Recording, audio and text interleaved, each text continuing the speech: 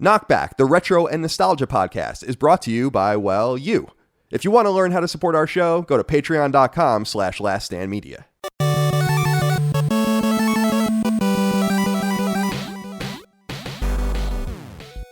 Greetings and salutations. Welcome back to KnockBack. My name is Colin Moriarty. I'm joined as always by my brother Dagan Slinky Dog Moriarty. Dagan.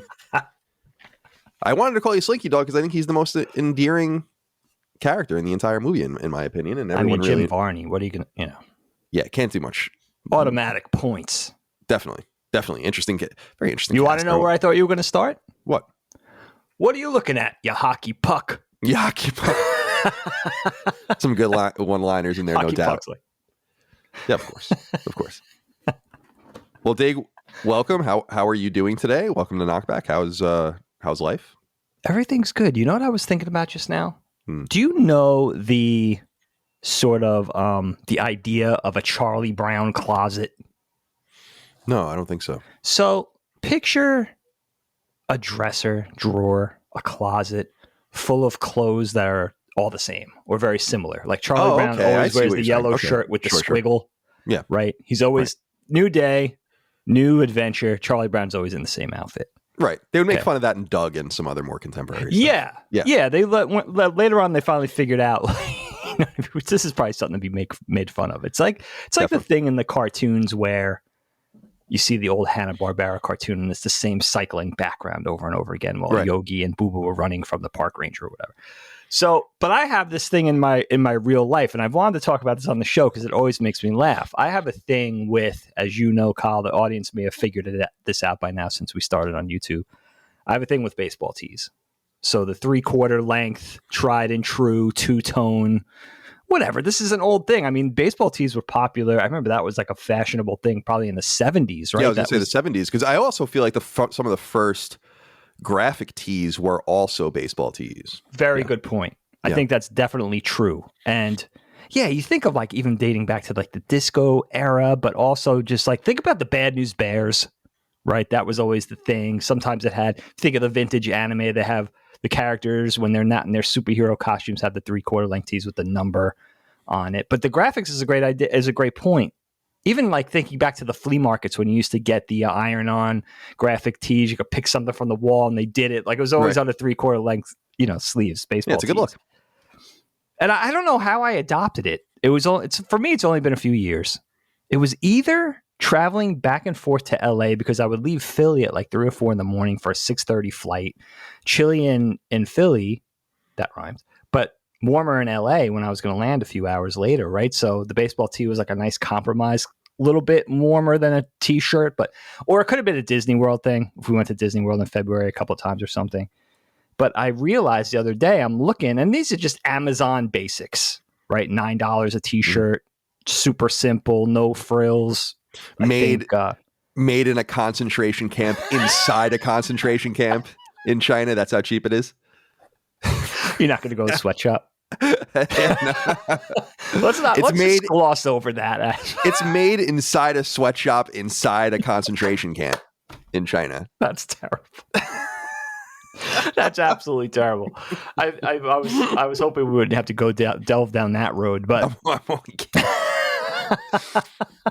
the point is, though, I'm thinking the other day, like shopping for new clothes, these are getting a little ratty, some of them. So I'm like, all right, what color combinations don't I have? And I'm going through the list and I'm like, Jesus Christ, I have every color combination with a white main shirt and a gray. I'm thinking like, oh, maybe I don't have baby blue. And then I'm thinking, no, I bought one of those. Where the hell is that?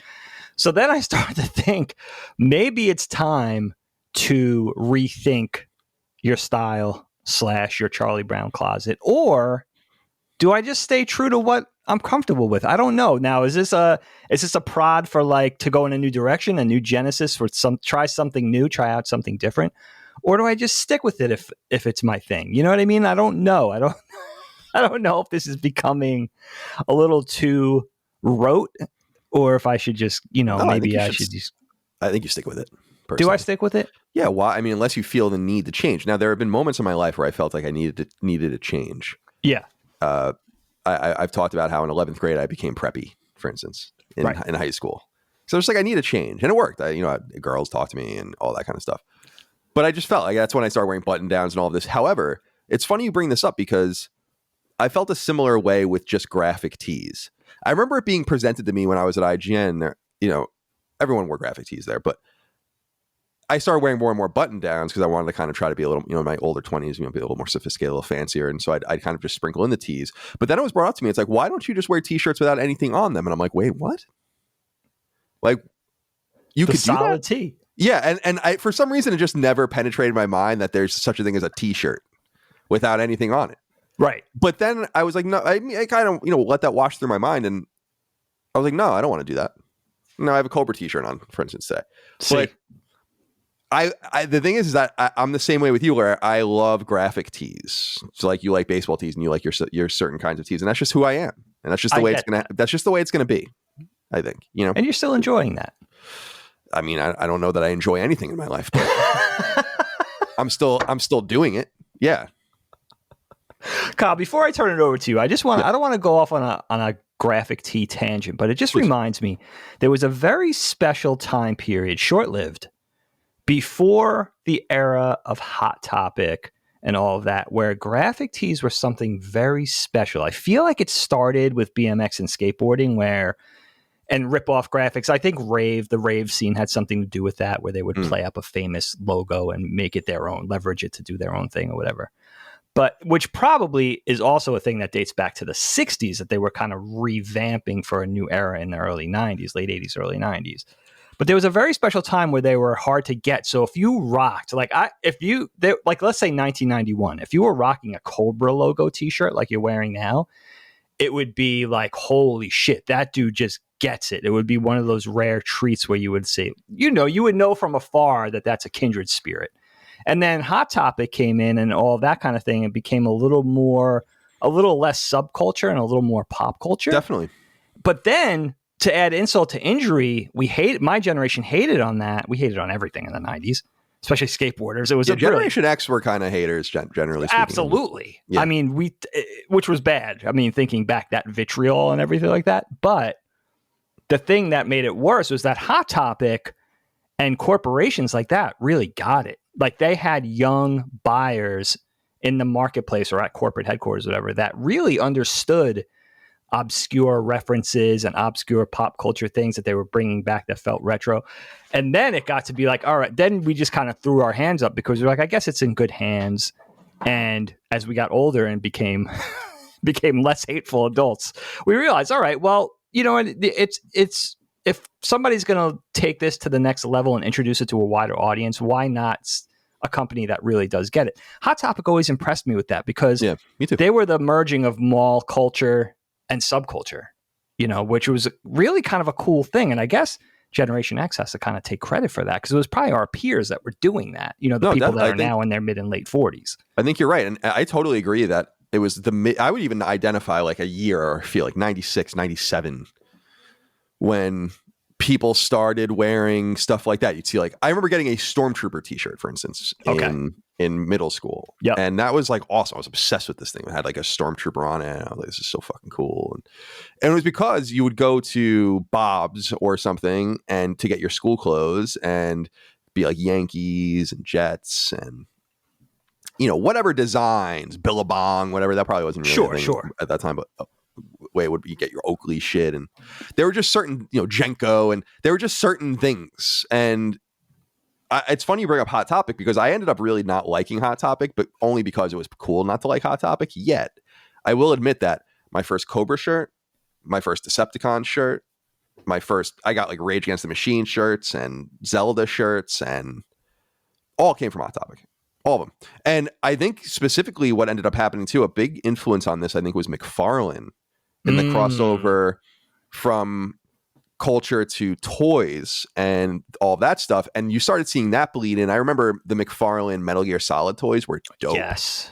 And it was around that time when you would start getting all that kind of different merch too. So then things, because I threw them out, but I just don't need all this shit. But I was going through old stuff and I found some old toys, and I'm like, I had like Resident Evil 3 Nemesis toys or something. I was like, what the fuck? And they were McFarlane toys, but they were all like, McFarlane toys come in like 7 million pieces, and they were all of like course, a mess. And they were so intricate.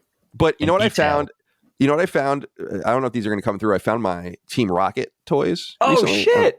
And you want to talk about because I don't think people realize how much of a huge Pokemon nerd I was when I was a kid. That is. Now, I wasn't even a kid. I was too old for Pokemon. But this is my street cred right here, because these are probably from 1999, maybe. Dude, I love them. And I love those characters so much. I don't know what it is about those two. What are Jesse and James, whatever the fuck their names? What is the girl's name? Jesse and I forget. Maybe you're right. Maybe it is Jesse and James. Something like that. Yeah, and so that was the time when you would go into GameStop or EB, Funko, and you'd see these cool toys and merch. They just really started getting the merch down. It's like a fantasy to think about what they could have done 10 years earlier or 15 years earlier. You had to go to, and you know this better than anyone, you'd have to go to like the Sears catalog to get your Nintendo print, whatever. And then maybe there'll be like a cereal or something, but especially if somebody like Nintendo was so stingy with their IP. I love bringing McFarlane into the conversation, because McFarlane, Hot Topic, not only did they have to get under something in time to be relevant and still be cool before it got too saturated and people were like, oh, that's old hat, but they had to get the licenses.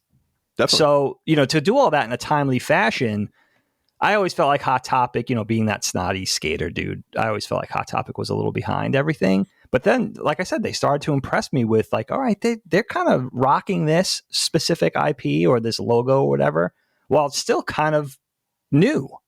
And that was always impressive to me. So, yeah, man, I love it. Todd McFarlane is a wonderful part of the conversation. He's such an obnoxious dude, but I always loved his character design. His obviously just super talented. But then what he did with toys and just culture and going out and doing Akira and doing the various anime, Final Fantasy, whatever it was. Yeah, we had those toys too. I think we had like Vincent, and you had yeah. Which was, I don't know if even that was like was that more of a Takara or that might have been what those, because that was Japanese actually coming to those brands, or was that was even pre Final Fantasy VII being mainstream here, which is funny to think about. What about you, man? What's going on in your life on this Saturday afternoon?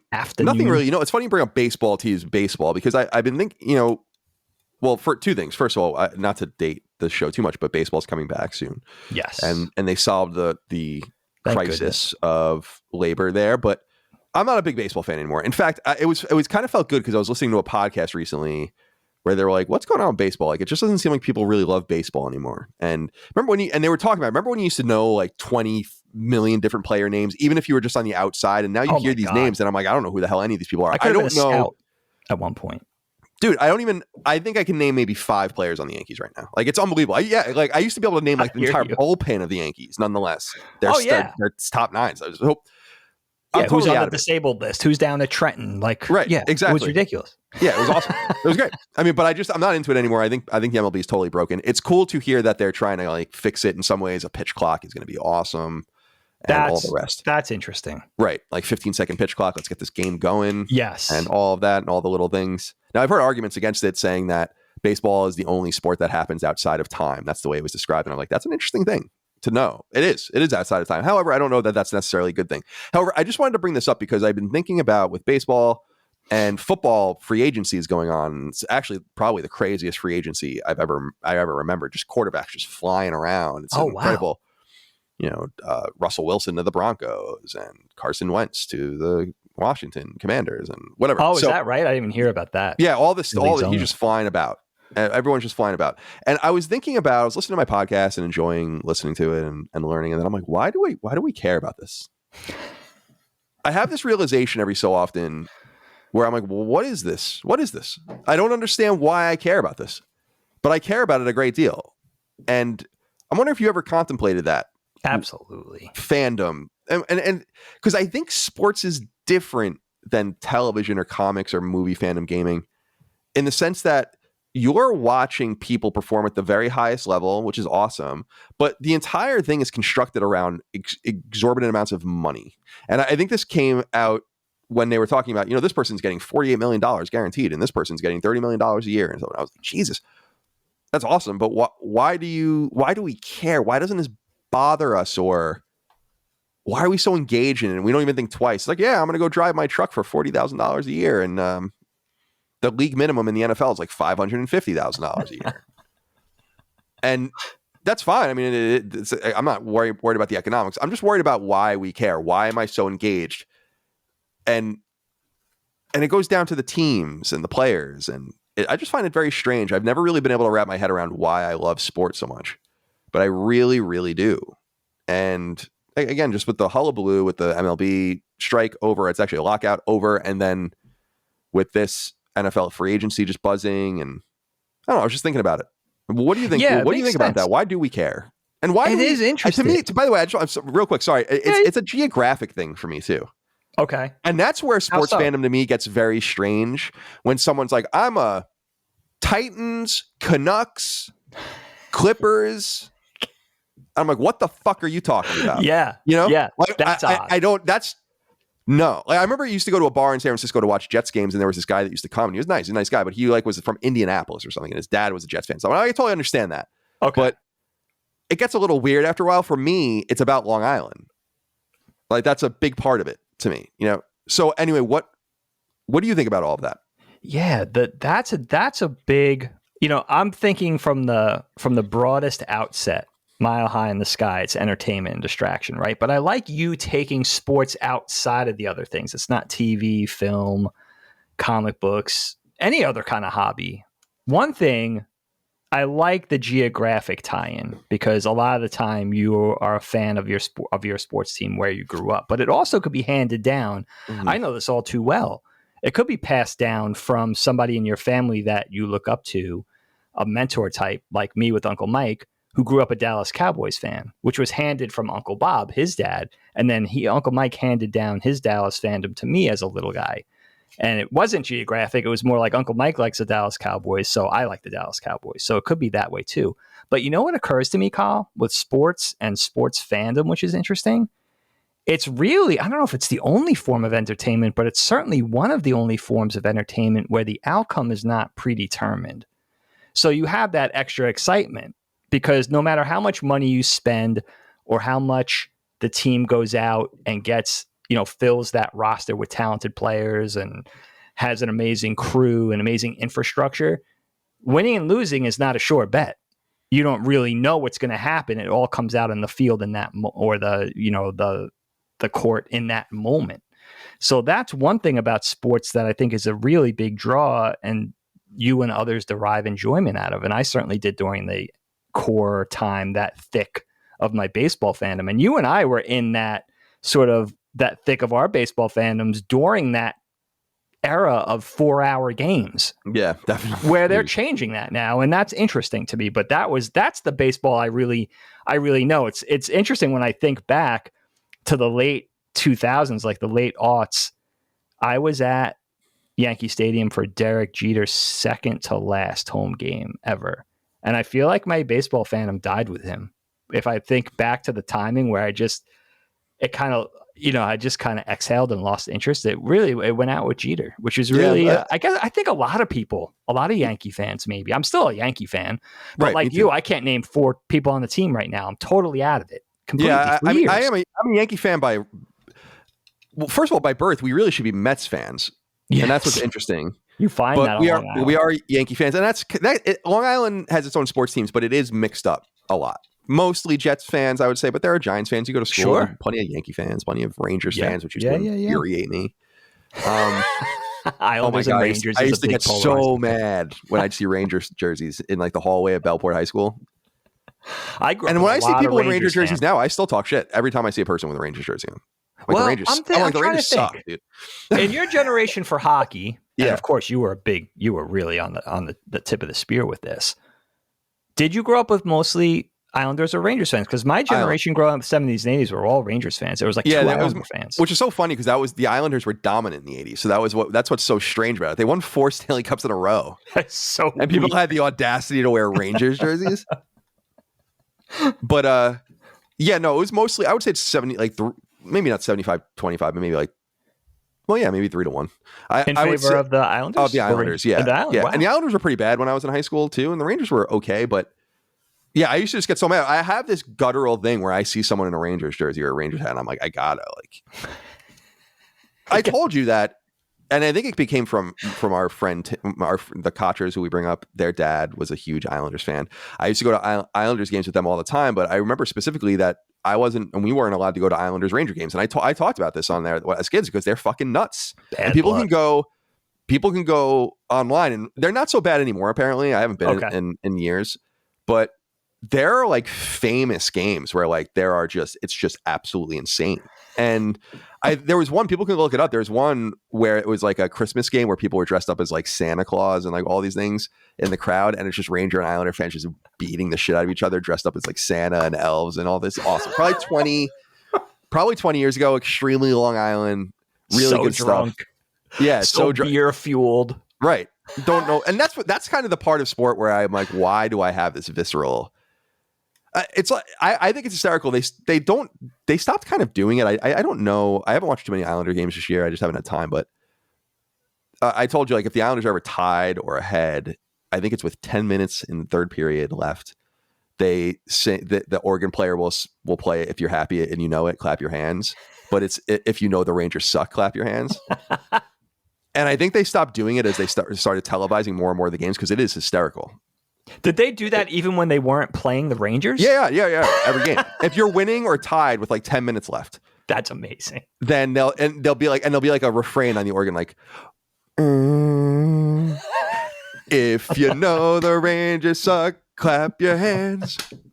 And it just gets louder and louder and louder. Hilarious. Yeah, and if you know the Rangers suck, in '94 they bought the cup. If you know the Rangers suck, clap your hands. It's not even about the Islanders anymore. No. In their victory, it's about their arch enemies.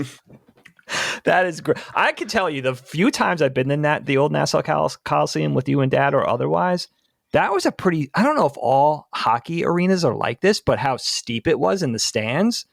I feel like people could fight and just fall right down onto the ice. Nassau Coliseum was notorious for its sight lines. Like that's what they call an old barn, like a stadium with no. That's why they built a new one, because it doesn't have like the appropriate amount of boxes. It doesn't have ways to make lots of money. It was just a place where you put a bunch of people on top of the ice and they watch their games. Wow, Nassau Coliseum is that you got. Not that it was a big deal to you, but that you've gotten to see games in Nassau Coliseum is legendary because people. Yeah.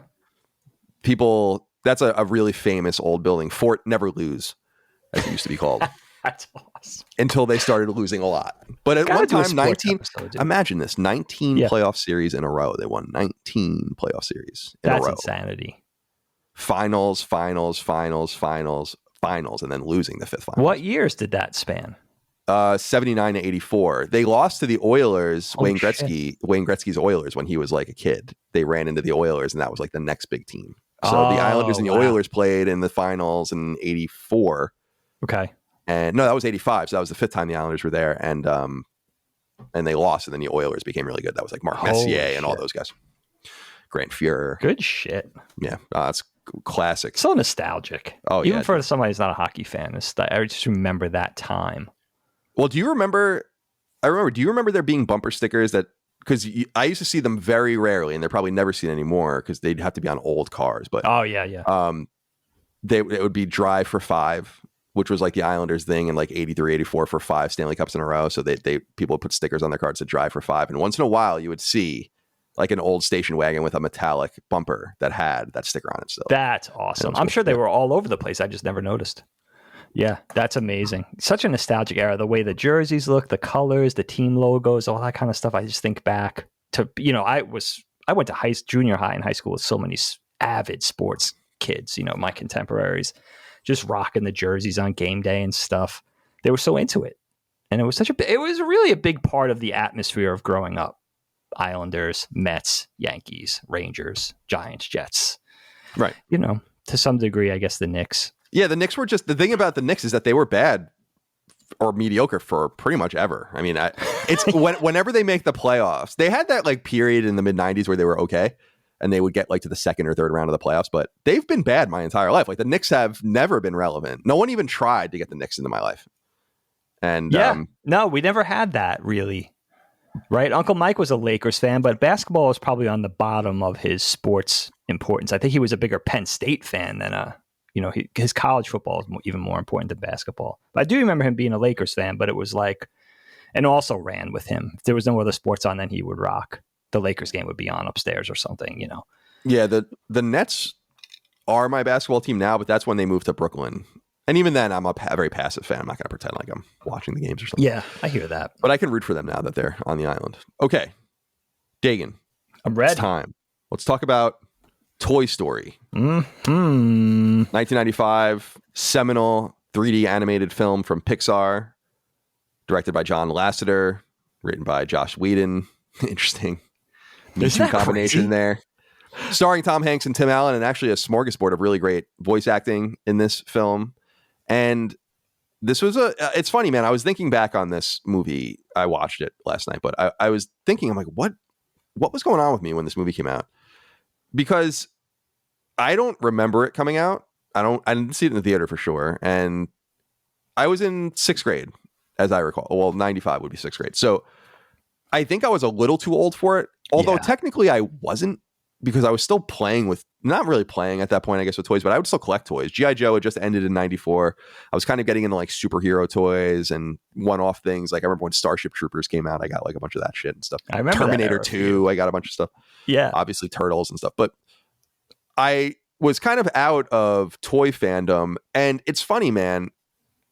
This movie, I remember being like, what is this? This isn't a real Disney movie. I don't want to see this movie. And so I have no idea when it is that I saw it, but I definitely have seen it. And then watching it again yesterday, I was like, yeah, this is a very cute, fun, fast movie, which I think is good. The timing is very good. And I'm very curious to get into this. This was a topic you selected. I want to start with this question from Tyler. Of course, KnockBack is our retro and nostalgia podcast. We do it each and every week. I probably should have said this 20 minutes ago. You can support us on Patreon, patreon.com/laststandmedia. Submit your inquiries over there on various threads that we put up for all the different topics. Tyler Mitchell wrote in and said, Toy Story was an absolute game changer, not only in animation, but film and the film industry. I can't think of a more influential movie since Star Wars was released. This is for Dagan. How did the release of Toy Story impact your love of animation? Was it a tough pill to swallow at first? This is something I wanted to understand with you as well, because this movie represents the death knell of the mainstream of the way you animate. Yeah. Yeah. And that's got to be a pretty serious... Dagan's a traditional animator. It's got to be a pretty serious thing to see this and see it look so good and see it embrace so much and make 10 times more than it cost, and huge upside. And I am really curious what you thought of this film when it came out. And we can talk about where it came from and all of that, and we will, but what did you think of it? When did you remember seeing it, and were you put off by it, or did you embrace it? Yeah, it's there's so much to talk about with this. It makes me realize, like, how have we not delved into Pixar and this show yet? But this is a great place to start. So I'm so happy that we're starting really at this with this pivotal first outing. It's so interesting with Pixar. They just released their 25th film. I think they're 30 somewhat Oscars deep. Many years now since they were formed, or since they started doing feature films. We're talking about decades. So there's so much to say here. And yeah, for me, first of all, it's really interesting to hear. I was really curious about your first experience with the film, Kyle, because you really were at that pivotal age. You had just turned 11, like a month prior. You're kind of in that in-between age of growing up and not being a kid anymore. And sort of, I know, because that's great in my son's exact age right now. And I could see he's more video games than cartoons. And even though he loves to draw, just that maturity and that in-between age where a Pixar film comes out, like Turning Red was just released, and I'm thinking, like, dude, you want to watch? You got to see this. We got to watch this. And he's like, not really that interested. So I love hearing that perspective, your perspective with it. But for me, I started animation school in '94. I was in college. I was going to school for animation. I was on a traditional animation track. I had wanted to be an animator for many years already, since I was a kid, really. And this came out in '95 around Thanksgiving-ish. And I remember going to see it on Chestnut Street in Philly, just a couple of blocks from my school, with my girlfriend at the time. Probably, I remember the excitement around it, probably opening weekend. And since I was already a pretty well-read animation nerd, I knew about John Lasseter and Pixar and their origins with Disney and traditional animation, not just John Lasseter, but Andrew Stanton, Pete Docter, Ed Catmull, the original brain trust over there. And not only their origins professionally coming out of traditional animation, John Lasseter was at Disney, in the 80s. He went to Cal Arts with all of the iconic animation directors, Tim Burton and Musker and Clements and all those guys that were Darryl Von Sitters, all the traditional Disney guys that came out of a generation. And even guys like Andrew Stanton animated at Spumco in the pre-Ren and Stimpy days. And maybe he was even there for a little Ren and Stimpy. So I knew these guys came out of traditional foundations, traditional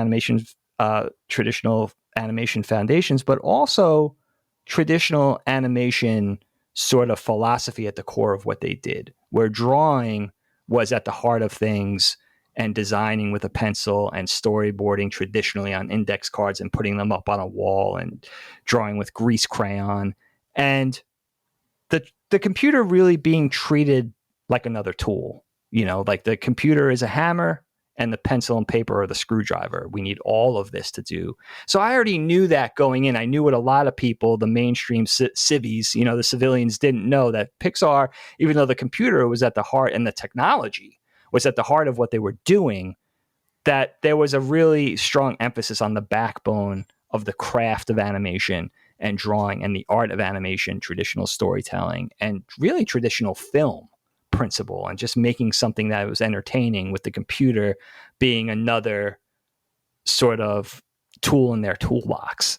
So it wasn't a threat, but it was an interesting period because I was in animation school at a time where we could, at least in my school at that time, at that moment, we could declare either a traditional hand-drawn animation path or track, whether we wanted to be story artists or character designers or proper animators, or we could do a CG track where at the technology at the core of that at that time was a software called 3D Studio Max, which was an animation software, or 3D software, I should say, that was really at that time used for gaming, where Maya, which is still an industry standard, was starting to become relevant, although it was very new. And that was more for TV, film, high-end visual effects. And you couldn't even major in that in my school yet because they were just starting to get the computers in. And we were coming out of the age of silicon graphics. Think of things that are really primitive. I always think of Terminator 2 with silicon graphics, were very expensive machines, very early CG. Everything kind of looked like liquid metal. It was before texture mapping was before it was really big, although it had been invented. So I was really early on in that era of animation education. It was kind of polarizing between the traditional and the CG people, and you had to choose one or the other. And basically what would happen is if you declared a traditional track, the computer would become an elective. And if you declared a CG track, the hand-drawn stuff would become an elective. So in other words, if you said, I want to do 3D Studio Max and that's going to be my emphasis, maybe you had a storyboarding class. Maybe they were wise enough to say, take a little character design so you get a little bit of a foundation, but it wasn't emphasized. And for me, it was like, all right, you're a traditional guy. You just have to take 1/4 of 3D Studio Max, just get through it. And I remember my professor being like, I understand what your emphasis is. I'm just going to give you the B- because you really don't get this. And I barely even went to class. So and this film came out in the middle of that. And what was cool about this film, and those of us in the know knew that this was merging the two things. And that was a very sort of new and inventive philosophy at the time, because everybody thought they were, those two things were butting heads. Traditional animation was running into the computer and never the two shall meet. But Pixar was saying, no, we need all of this together. So it was kind of cool and exciting. And it sort of opened up another avenue of making. I remember 95, dude, I was completely frightened of computers. This was before I had an email address. I had very little practice on a computer, even with digital ink and paint and learning Photoshop. And back then we were doing like fractal paint and stuff like that. And the graphic design students were still doing press type and comps and marker. This was before Photoshop really took off, in the early to mid 90s. I remember really being afraid of the computer, and Pixar felt like it was accessible to me. Like they would actually say, like, we want traditional animators. We're going to teach you the computer. You bring your knowledge of animation, timing, spacing, storytelling, character design, everything you know, and then we're going to teach you the computer. So for me, it was more exciting of like, okay, this is a whole nother avenue and a whole nother thing, maybe an opportunity for us in the future. I still to this day think of Pixar as the end all be all of creativity. And I don't even necessarily think of the computer as a part of that. I just think of the level of work that they do in terms of quality and in terms of the quality of people that they sort of employ. And I think that's still at the heart of things. And it was already at the heart of things. That philosophy was already at the heart of things even in their pre-feature film days, starting out in commercials and starting out in doing short film before they even took the leap into feature film. So for me, I remember it being super fun. And I remember being really struck with that, of like how 2 minutes in, you forget you're even watching computer animation, because all of those core principles and everything they were trying to do with this medium of taking everything wonderful about traditional animation and doing it in this new medium, I felt like they really struck it. I felt like they really hit the nail on the head, and they really accomplished what they set out to do. It's interesting to me that in reading a little bit about the film, that it seemed like they were not confident in this movie. It took a long time to get done. And it's interesting to read Steve Jobs and just a lot of, Next, his old company, and a lot of just different people involved in getting this product off the ground. When Steve Jobs is involved with anything, I not that, RIP, one of the great creators Sure. and innovators of all time, one of the great Americans of all time. And so it's funny that at that time still he wasn't taken as seriously. Like him just paying attention to something 15 years later would have gotten that movie 3 times the budget and 5 times the time and whatever that they needed. So it's interesting in those constraints that they were able to do it. But talk to me a little bit about the impetus of the movie itself and the story and kind of the staffing of it. Because as I understand it, this movie was different a few times, and they settled on something that was what it is today. And I was browsing Wikipedia because I was just looking for the release date of the film when we were preparing, and I was going into my notes. And I had seen just in the corner of my eye that it has a 100% rating on Rotten Tomatoes. Holy shit, I didn't realize that. Which is apparently exceedingly rare, almost impossible. So what they ended up with was something that I think is pretty perfect for what they were trying to do. I was smiling and laughing during the movie and not really remembering certain things and not remembering other things. So it was kind of all new. Like I just didn't remember certain parts. And again, not really even remembering when and how many times I had seen it beforehand. And it's pretty, I don't want to say it's the perfect movie in the sense that it's not like a Nolan movie for me or something, but it is a perfect movie in the sense that I don't really have any problem with this film. There's nothing wrong, with this movie as far as the animation somewhat doesn't hold up. I think some of the humans look weird, some of the environments look weird, etc. Sure. But looking at it through the lens of when they were doing it and watching it for what it is, which is a character-driven, humorous comedy, cute and relatable to, I think, all people. And I'm just really quite smitten with the idea of toys and picking new toys and losing toys and the nostalgia of toys and what if it was reversed and that they had a feeling for you too. I think it's a very clever place to start for a treatment. So talk to me a little bit about some of the personnel and some of the creation of this film and how they got to where they were. Because as far as I understand, Pixar is, by the time Toy Story comes out, Pixar is 8 years old or something like that. So it took them a while to get going. So can you talk to me a little bit about this era? Yeah, absolutely, dude. There's so many fascinating people and companies actually attached to the origins of Pixar, which is really, really interesting. And I want to get into that. I brought this with me today, Kyle. I brought this up from the basement. It's my old Toy Story VHS clamshell. Nice. Classic, musty, dusty. So help us delve into that retro mindset. Oh, yeah. I loved those Disney cases. Dude, they're so the smushy good. cases. There's something so nostalgic about. Look at the size of it. I know it's ridiculous. It's an 80-minute film. Right, exactly. It could fit on like a friggin' nanometer of hard drive space. Isn't it interesting, right? This movie came out in 95, so figure this was from 96, 97 or something. There was still such a 80s-esque wasteful philosophy with the packaging and the size and the weight, the heft. I there's think, something so old I think about there's that. something about the aesthetic marketing of those just from video stores. Remember just the walls of things. Like I think it was incredibly important to stand out. Yes. I think Disney did that better than anyone by having color, their own size. Right. They had their own form factor, which was not a thing for anyone else. No one else had like their own box, like their own record. Like this is Paramount's box. And this is MGM's box. Like no one had that except for them. Disney had that. And they did that all the way through Blu-ray. You know, it got a little smaller, it got a little more refined and modern, but it's still something that the blue stood out, the certain way that it opened, the clamshell casing, whatever. But, you know, Kyle, it's so fun. This is sort of a big, multifaceted two-part joy in this for me. First of all, I have to say, this is not only one of my all-time favorite animated feature films ever, but just in watching it again, I do think in many ways it's still one of the best. It's so fun for me to look back all these years later and see how good it still is, while also, honestly, seeing all those seams and all the way that it is, of course, dated, a little bit dated.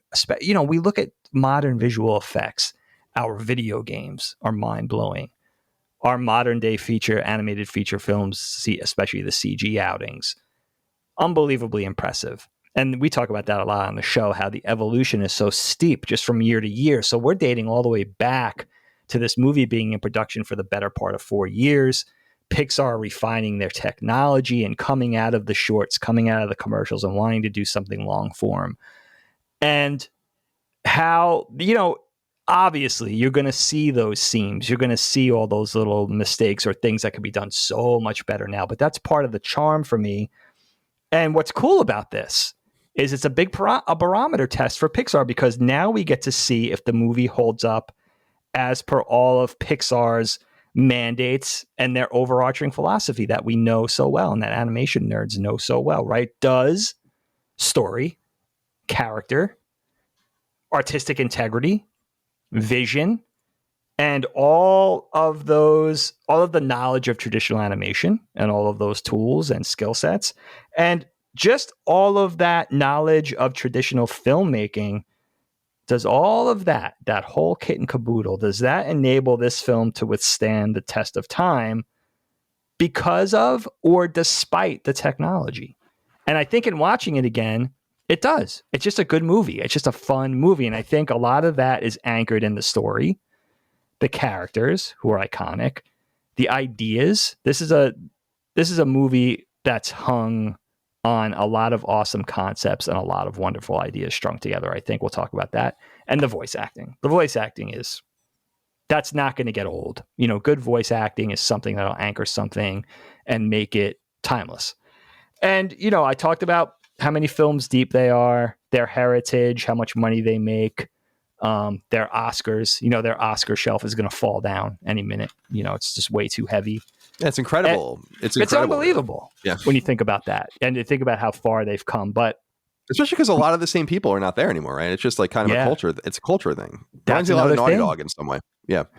Yeah, you could think about it in terms of that, where it's like this great sort of creative dynasty that was also very successful, much like Naughty Dog.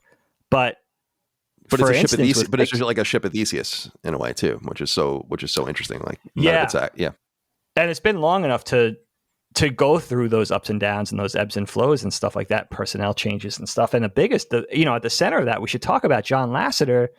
He was Me Too'd in 2017, I think. So was Joss Whedon. That's what I was saying. Like at the top of the movie, it's like, that's right. Holy shit! The first two names you see, are those two names when you turn the movie on. Joss Whedon that's unbelievable. You know, the guy.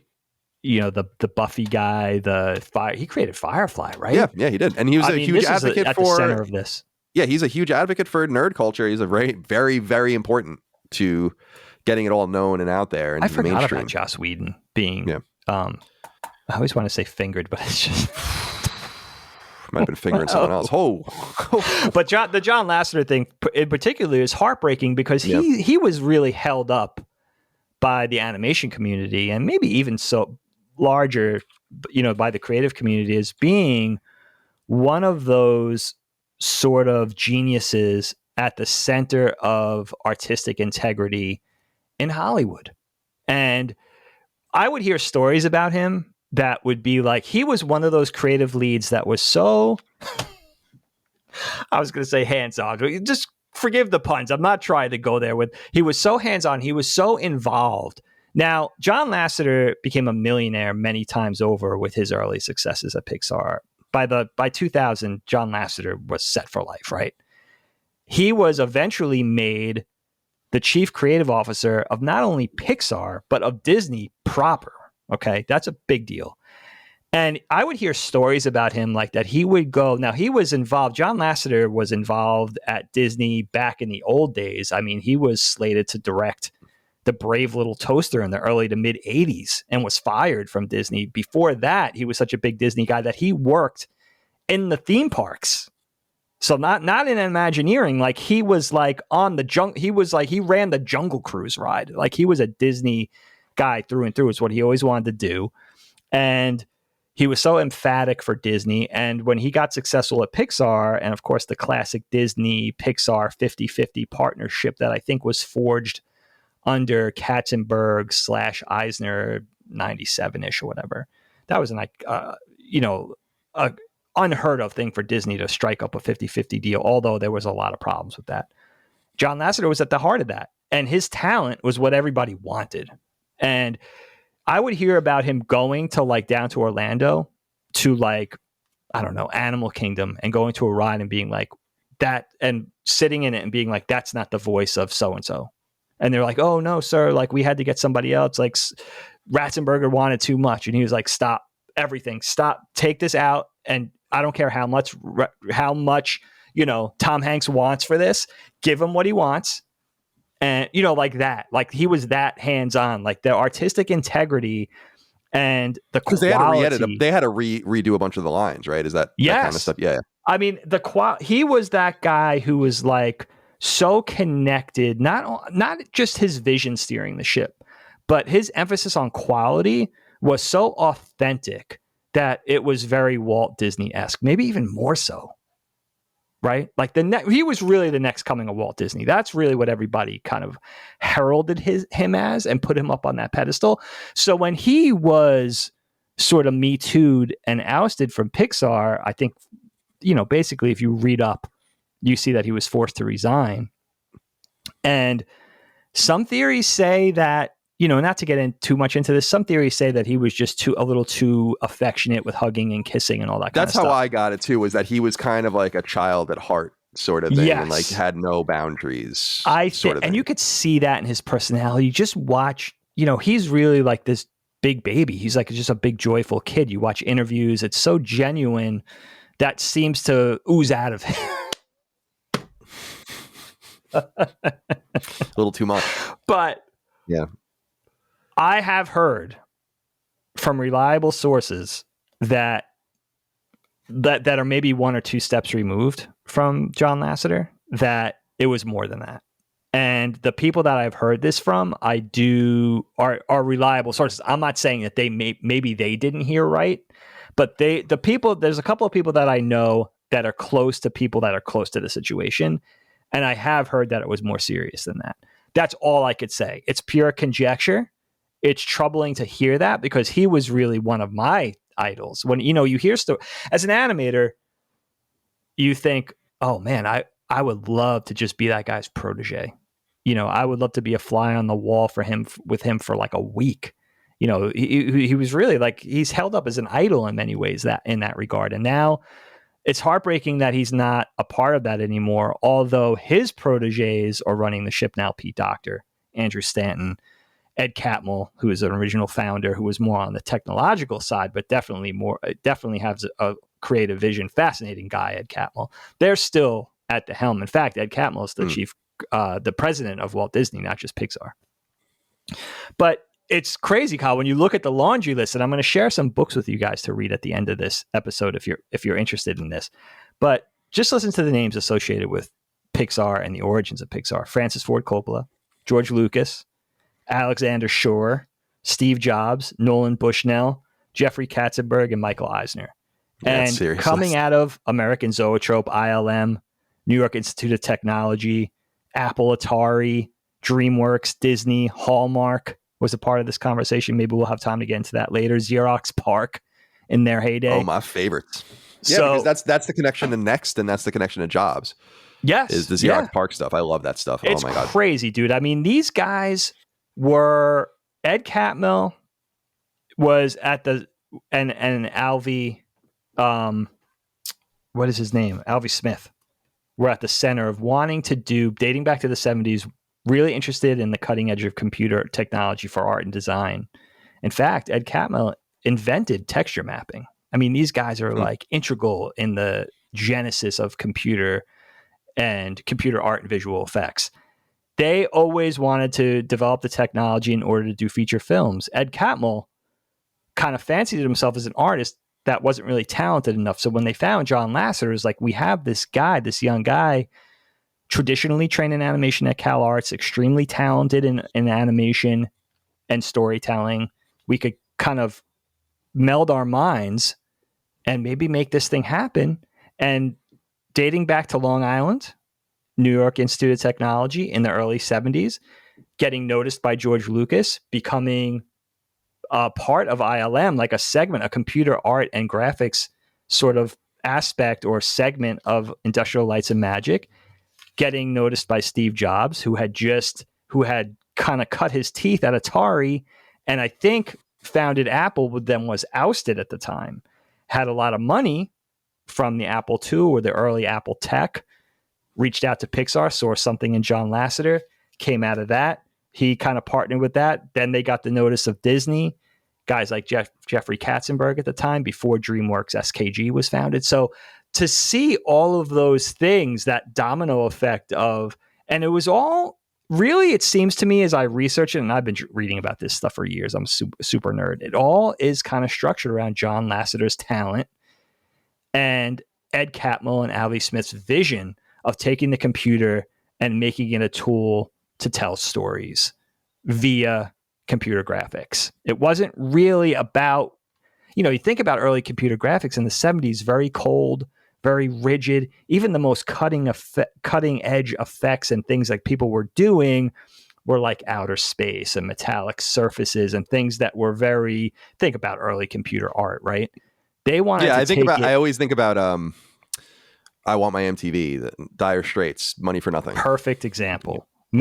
Logos and moving titles and all that kind of stuff. Things that were sort of seemed like it was tailor made for. They wanted to do characters. They wanted to do character animation. They wanted to see what Disney did on pencil and paper and cell, and they wanted to take that and do that in the computer. And that was really the genesis of it. And Toy Story was the culmination of doing that. Like you said, they were already around from the early to mid 80s doing commercials, developing the technology, doing short films. I think Lasseter won an Academy Award for Tin Toy, which is one of their computer animated shorts. It was the second one nominated. The light thing is the something. Desk lamps. Yeah, that's one of their first Jr. things. Yeah, that's a reference, right, to something they did back. Yes. Yeah. That Luxo Jr. is actually a short with a mom and child desk lamp, and the child's playing with a ball. That ball with the stripe and the star on it, which became another Pixar logo. That was the first computer generated short animated film that they did that was nominated for an Academy Award. Then one of the next ones they did actually won. Right. Okay. So John Lasseter had that under his belt. And then they just took all of that traditional knowledge, and as they developed the technology, got a little money that they was injected from Jobs. I think he gave them $10 million initially. The George Lucas sort of gave them a platform to get noticed. Francis Ford Coppola. It's so funny how all these guys were connected. ILM, Apple, Xerox. They were all sort of, because of the people and because of the personnel and the people interested and the people that were on the cutting edge of doing these things, developing this technology. It was all sort of, I think Microsoft, IBM, everything, they were all in the same space. So all of those people and all those companies, there was an intermingling of that. And it's so crazy to see that Toy Story really sprung out of that. The difference with Pixar was these guys wanted to make animated films. They were more interested in the entertainment than the technology. And I think that what they developed things for George Lucas. They developed digital editing, digital audio components for George Lucas. They developed a CAP system, a digital ink and paint and compositing system for Disney back in the late 80s. So Pixar was really on the ground floor of this technology, and they were kind of running things. It's even interesting to see what came out of Pixar with Blue Sky Studios a little later, and Sony.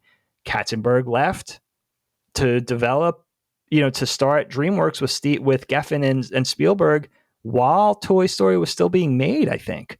Sony now with other big studios like Illumination, but Pixar was the start of that. And it's so interesting to see that the historical impact they've had on animation. I totally agree. I think it's fascinating. And I especially love that connection from Xerox Park, which I am obsessed with. I love Xerox Park. You guys, I've said many times, go read about the Xerox Alto and the Xerox Star and all these things. Oh, and they're amazing machines. Absolutely amazing what they were doing over there. 30 years ahead of their time. I have no idea what business they were even like. And everyone's like, I don't know what to do with this. An Ethernet cable? What? So what do I do with a mouse? I like the old timey voice. I'm not going to sell a mouse. No one's going to buy something called a mouse. So, Xerox, and then Steve Jobs learning about what was going on at Xerox Park, basically going in there and stealing everything, putting it into Lisa and then later Macintosh. This draws up. Lisa's a huge failure and all of this kind of stuff. This draws in. He kind of is on the outs. The guy from Pepsi comes in and takes over Apple. They oust Steve Jobs. That's when he goes out with all this money and founds Next and does all these other things, which brings him into connection with Pixar. Right. Then Pixar making that movie and being taken seriously by Disney allowed Steve Jobs to kind of rehabilitate himself. And what happens with Steve Jobs in the 90s? He goes back to Apple and saves the company when they were literally a quarter away from destruction. Was that in the 90s? Yeah, I want to say it was 98, 97, 98. Holy shit, was that? Because the first thing he did was the iMac. Yes. And iPod and iPhone, iPad, and so on. The rest is history. So he totally revolutionized Apple, made it the biggest company in human history. So pretty amazing stuff. So crazy.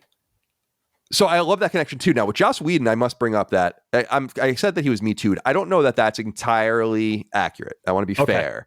Okay. He was basic because I don't think he was like necessarily. No one's like he tried to fucking. No one accused him trying to rape them or trying to. I don't think that happened. I think what happened was he's a complete douchebag, and no one seems to like him. Like anyone that works for him on the DC stuff, going all the way back to Buffy, Firefly, all of that different stuff. Like everyone's that's a shame. It seems like Sarah Michelle Gellar, Michelle Trachtenberg, Ray Fisher. Obviously, that was the newest one. The major players. Jason Momoa. Oh shit! Like others were just like, and Gal Gadot, and others were like, just fuck this dude. Like this dude's horrible. And so I think that was more. So I think Lasseter was more of a Me Too, literally a Me Too thing. I think this was more of like, you are a monstrous creative person. Now I've known monstrous creative people. I'm not forgiving it, but I believe it. I mean, yeah, some of these people are nuts. Types. If you're Joss Whedon, I mean, eventually you think your shit doesn't stink. I don't know how that doesn't happen to you. I think the best thing though that you can do is just to manage it, right? Humility is hard. Even if you just ignore everyone, if you're Joss Whedon, you're like, no one has anything useful to say to me. Right. I think I know what I'm doing, right? And whether that's true or not, that's up to you. But there's a graceful way to do that. Absolutely. Just listen people just don't and have talk that. And whatever. Okay, yeah, sure. What do you have to say? Oh yeah, I'll consider that. Or whatever. Is it really that hard? I'm sure Steven Spielberg. Who's going to tell Steven Spielberg anything? But you don't hear that about Steven Spielberg. He still seems so cool. Mm-hmm. I mean, it's Steven Spielberg. It doesn't get any higher than that. Accomplishments, origins, history, what he's achieved. Like, yeah, be a human being. Like, but I understand what you're saying, and I say it's hard to be humble. I would imagine it's hard to be. I'm not in that position, but I would imagine it's hard to maintain humility when you become that big and you're sort of doted upon or looked upon as this godlike, demigod-like figure, man or woman, no matter what sort of area you're an expert in or whatever. But yeah, those monsters, it's interesting that you bring that up. We all know people like that, especially if we're in the creative space professionally, and it's a bad look. So maybe it is just that with Whedon. And he does seem like it's so funny. You could read people, even if you just know them from afar from watching a YouTube interview or something, just their demeanor, the way they carry themselves. If they can't even fake that humility, like maybe John Lasseter was the biggest dick in the world, but he seems so approachable and joyful. Maybe he's putting that on for the camera, but at least he was able to do that, right? Tom Hanks doesn't get any bigger than Tom Hanks. He just seems so likable. Maybe he's the biggest dick in the world when that camera shuts off. I don't know, but he's able to fake it. Joss Whedon's one of those guys that can't do that. Apparently. Yeah, apparently so. And what's interesting is that I don't know that Whedon's going to be able to really rehabilitate himself. Some of these things have been happening in real time. Like, what was that Bryan Singer? That guy who like people have been saying horrible shit about for many years. Yeah. And it kind of took like pretty serious shit about him. And for some reason, it just kind of kept going. And I think maybe took a long time to get to a head. Meanwhile, what's funny about John Lasseter is that John Lasseter is at Skydance. I mean, yes, he's essentially rehabilitated at this point. So I don't know. It's hard to know. They snatched him up right away. He didn't waste any time. He was over there by 2018. But there have been people that Skydance might be a bigger media company, but he's with their animation division proper. I just heard that he got a deal, a development deal with Apple, where Skydance is going to develop projects for Apple, which is interesting how it's kind of coming full circle-ish. Yeah. But I've heard people like voice actors, for instance, resign from Skydance projects because Lasseter's attachment. I have heard that. Interesting. So, these things circulate around Hollywood and the entertainment space. And it's a shame because we'll never really know what happened. But it's always a shame when you have somebody who's as brilliant as John Lasseter and he just shot himself in the foot. You know what I mean? And again, we don't really know what happened, but it was bad enough for him to resign or be forced to resign from the company he founded. I mean, he was at the very earliest stages of Pixar. He was the core creative there from the outset. You know what I mean? So it's a different conversation without him. His proteges are ruling the ship, and I love Pete Docter specifically. He's the chief creative officer of Pixar, where Andrew Stanton has a different role. He's vice president of creative. I think again, Ed Catmull's the head of creative for Disney proper. So it's still in great hands. I love Pete Docter specifically. And a lot of that original brain trust is still over there, sort of training the next brain trust, who's, they're all cutting their teeth. And there's a much bigger brain trust there now than 5 people.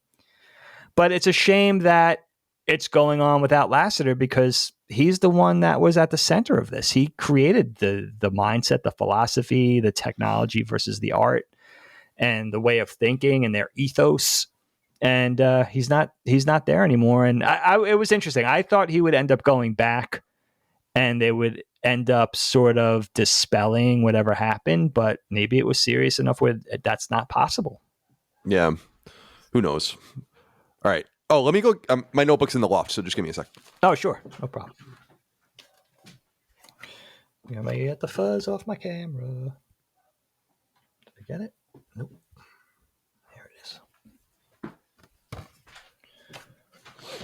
Okay. I was able to get the fuzz off my camera in the meantime. You know what I did? I held up my index card and I saw it. Very nice. Yeah. Good for you. Proud of you. All right, Dave, we were talking about the performances earlier, and I think that's central to this film as well. Joey Gondoliger wrote into us on Patreon and said, "Hey, Moriarty bros, is this not one of the best ensemble casts for any animated movie ever? So many stone cold classic characters that define my childhood. Buzz, Woody, Mr. Potato Head, Rex, Ham, Slinky Dog, Bo Peep, the Green Army Men, RC, and Lenny. All of them have such great performances from such a stacked list of actors for an animated movie at the time. It's especially crazy because celebrity voice acting was the exception, not the norm like it is today. To me, all of these characters have become animated icons and are so instantly recognizable that it's actually insane. The amount of creative energy that radiates from this movie is so high that it deserves a spot amongst the best animated films of all time just for its ensemble alone." I was actually blown away by the performances. I don't think I realized how good it was and how funny it is. It's truly funny, and it's one of those movies that I think is made for children and adults at the same time. I don't think children would understand why it's funny in a lot of different ways, especially with the exterior characters. And of course, this movie also deals with a lot of pretty serious themes, which we'll get into in a little while. But I want to focus on this cast. First of all, Tom Hanks and Tim Allen as Woody and Buzz. They do a wonderful job. And I looked this up because I was like, they must be recording together. And they did. They recorded all their lines together. I could feel that because their interplay with each other was so good. They're so fun and so well played that it's unimaginable. Especially, I think Tom Hanks just does a really awesome job with Woody. I'm a huge Tim Allen fan. Tim Allen's somewhat controversial today. I don't really know why. I think he's just controversial because he's a Republican and he's a conservative. Oh, but, yeah. But he's always been I've always loved Tim Allen. First of all, anytime he comes up on the show, but also I must bring up that he was almost arrested and put in the prison for life for coke, which is hysterical, and then turned on those people. You got to read about that stuff in the 80s. I don't even know about this. Really? Yeah, like he almost went away for like serious time, and like was basically like a rat to get out of the situation, which is like, okay, whatever. And then he became a comedian and all that. But Tim Allen, I'm a bigger than usual Tim Allen fan. I love Home Improvement. I think Home Improvement's hysterical. And I think Tim Allen is so endearing and so funny. I'm really into him. And then that movie or that show, which I had never seen until I was living with Mom for a few months when I moved out to Virginia waiting for my house, the show Last Man Standing, which was on ABC and then it was on Fox, where he plays like the owner. It's very much like Home Improvement, but he plays the owner of like an outdoor shop. And it's hysterical. It's really funny. He's just really funny, deadpan, dry. I really like Tim Allen a lot. And so even though I like that Tim Allen is so ingratiated and ingrained into Toy Story, which is this mega popular thing that there's nothing you can do about it. And I love that. So shout out to Tom Hanks, shout out to Tim Allen, but also shout out to all the other wonderful performances here. Wallace Shawn is awesome. I love him. So good, dude. John Ratzenberger. Now, I didn't know this about John Ratzenberger. Did you know he was in The Empire Strikes Back? No. What? Apparently he was. Yeah, apparently he's in The Empire Strikes Back. He's like one of the people, like the Hoth guys, like one of the officers. No. Yeah. Is he? You know what's so weird, dude? There is a guy who I always thought looked like Cliffy from Cheers. And I know exactly what you're talking about. I think it's him. Yeah, it's him. No. That's amazing. And then R. Lee Ermey, as the sergeant of the Green Men, is I love R. Lee Ermey so much. He's classic. Maybe not for so much younger people, but obviously for people our age. Penn Jillette has a little cameo, which is awesome. Annie Potts plays Bo Peep. So there's a lot here. Jim Varney, of course, as we brought up, as Slinky Dog. Oh my God, so good. So talk to me a little bit about the performances from top to bottom. How do you feel about them? Yeah, the voice cast, dude. So it's amazing. And I think it's one of the things that makes this film hold up so many years later. The core voice cast, the main players, all of them are so inextricably tied to their characters. It was just great casting, obviously amazing voice, just amazing acting talent, but also a lot of that is due to John Lasseter directing them in the booth. I mean, again, that brilliance shining through. I mean, it starts with Woody and Buzz, right? It's amazing to think back how quickly these two characters rose to like these meteoric heights of almost Mickey Mouse proportions. I mean, they were involved and sort of incorporated into all the Magic Kingdom parades with Goofy and Pluto and Mickey and Cinderella and Snow White and the Dwarves very quickly. I mean, these became household name characters to the average marm very fast because they're amazing characters. I mean, talk about iconic duos, right? Think about all the great ones, Oscar and Felix, Murtaugh and Riggs, Bert and Ernie. Woody and Buzz are right there. And they're newer than everything I just mentioned, much newer. So just for them to, and those two characters, the dynamic, the voice acting, all of that is at the center of that. You have this sort of buddy cop thing going on with such an ingenious premise at the center of it, right? The whole world we're introduced to are the world of these toys, where the whole game really at the center of things, or the whole emphasis of life, is to stay relevant, to stay played with and not be forgotten. So for instance, Christmas and birthdays are the most days wrought with tension because those are the days where a new toy might get introduced therefore threatening your status in the playroom or the bedroom. And maybe because of these new toys, you're going to be forgotten about. So you have this antiquated, old school cowboy toy, right? That sort of, the kid's getting older. Maybe this is his oldest toy, his favorite, but there's always that lingering threat of something new. And then that thing happens. That worst fear comes to pass. We got this new, slick, space age, futuristic toy. This Space Ranger guy, this half robotic or this astronaut type outer space guy, that's going to replace the emphasis or the favorite status of this old cowboy doll. Let me ask you one question, Carl. Something that never occurred to me before, actually, but watching it again, I have one small problem with this movie, but I don't really have a solution for it. And I'm sure all the super geniuses at Pixar, while they were developing this film, thought of this. But the idea of a cowboy doll, okay, very 50s, very 1950s, right? I could tell you this. Let me put it into a proper perspective for you guys. I was born in 1973. By the time I was old enough to realize what a toy was in 1974, there was no cowboy dolls. That was really that was already old school in the 60s. You know what I mean? By the late 60s. So to have a movie, let's be fair, we'll say 1990, 1991, because the movie was in development for a few years. So let's even go back to the early 90s and not say the mid 90s. Cowboy dolls? Really? So could you have, was it a possibility that you could set this film as more of a set piece where it's like, let's make this 1950s? The only thing we really have in the film that we can't do, obviously, some of the setting, the RC car, we can't go to the Pizza Planet arcade, but a lot of the core structure you could still do and set it back in 1950s, or let's argue 1960s, whatever. It's interesting. Or could you take that cowboy doll and still have the same idea? What's kind of a hokey, campy, old school fading thing? Could it have been an older school 5 points of articulation action figure, even if it was more futuristic like a G.I. Joe or a Star Wars, and say, oh no, now we got this new thing, like this Buzz Lightyear. It's all teched out, has all these fancy voice modules, all these tricks that it could do, everything lights up.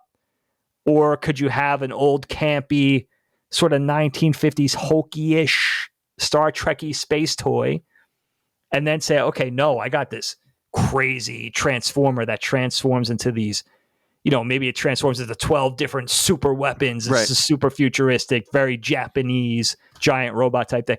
So I don't know. I still like their formula. It just feels like the cowboy doll. And listen, you get it. It's got the cowboy hat. It's got the hokey vest. We understand it's a little cheesy compared to Buzz Lightyear, just aesthetically and everything. But is there a better solution than the cowboy for the 90s? Could you think of anything? Yeah, I was thinking like military men were big. Superheroes were big too. That would have been like an interesting thing. That's a great one. Tights. They weren't traditional superheroes. Right. Like not, again, we always talk about there being a turning of it becoming mainstream, but in the 80s and 90s, you can still buy plenty of Marvel and DC figures. They were still really vibrant and viable. Yeah, that is an interesting point. Because I was thinking of the same thing, not only in terms of the cowboy, but just how I was never interested in that setting. To me, like cowboys and Indians and Wild West, I don't give a fuck about any of this. I don't know. It was so long over by the time you were born. Right? Exactly. That's why even when I encounter a film like Back to the Future 3 that takes place in that setting and I like it, it's like, oh, that's weird, because I really don't have any love for this setting. I find it kind of boring and droll, to be honest. It's like, oh. But that is an interesting point, because you're right. Like a lot of the other toys and a lot of the licenses that are used. And I don't think that I even realized how much licensing was in this. Yeah. There's a lot more than I remember. I think that a lot of it, like Slinky and Army Men and all this kind of stuff, could have Dinosaur and the Mr. Potato Head, and it could have worked in an older time. So that is an interesting point. Since you brought up Woody, though, I wanted to bring up this inquiry from David Graham. He says, what do you think of the notion that Woody is the true antagonist of the film? KnockBack continues to fall with style. Thank you, David. That's true. I don't think I realized, again, I'm older now and watching it through a different lens, but I don't think I realized how much of a bad guy Woody actually is. I don't think he wants to be. He's just jealous and doesn't know how to deal with it, and it deals with those serious things. But do you feel like he's the real villain? I mean, Sid is kind of portrayed as the villain, and I want to talk about Sid as well. Oh my God, through a different lens. But what do you think about the idea of maybe Woody being somewhat of the villain, the antagonist? Well, you know what? There's a great story. You can watch the story about this on YouTube. Pixar, in developing the film for Disney or in partnership with Disney, I think initially Disney was going to distribute. Maybe they injected a little bit of money. Now that partnership grew. But Disney came to them because they realized the genius of John Lasseter at the center of this thing and really wanted him. We're actually courting him through this to come over from Pixar, which was pretty underhanded. Like, no, come here. And John Lasseter was like, no, I'm going to stay at this totally untested. He really stuck to his guns and stuck with his people. But there was a rough cut. The Pixar people call it Black Friday, where Disney delivered a rough cut to the powers that be at Disney at that time, Katzenberg being one of them. And I think the movie was still in animatic form at this point, like a moving storyboard. And Woody was very rough around the edges. He was actually kind of very mean-spirited. And when they sat down to really watch this thing, they realized, John Lasseter and company realized, like, oh my God, we got a really rough and tumble, unlikable character, sort of protagonist at the center of this thing. And it even felt like when you hear the audio, it even feels weird to see Tom Hanks behaving like that. He's really kind of mean-spirited, grouchy. There's really an edge to him that supposedly Katzenberg was encouraging and really liked, but they realized it wasn't very warm. It really lacked the warmth that Tom Hanks could bring. So it kind of flew in the face of the casting and everything.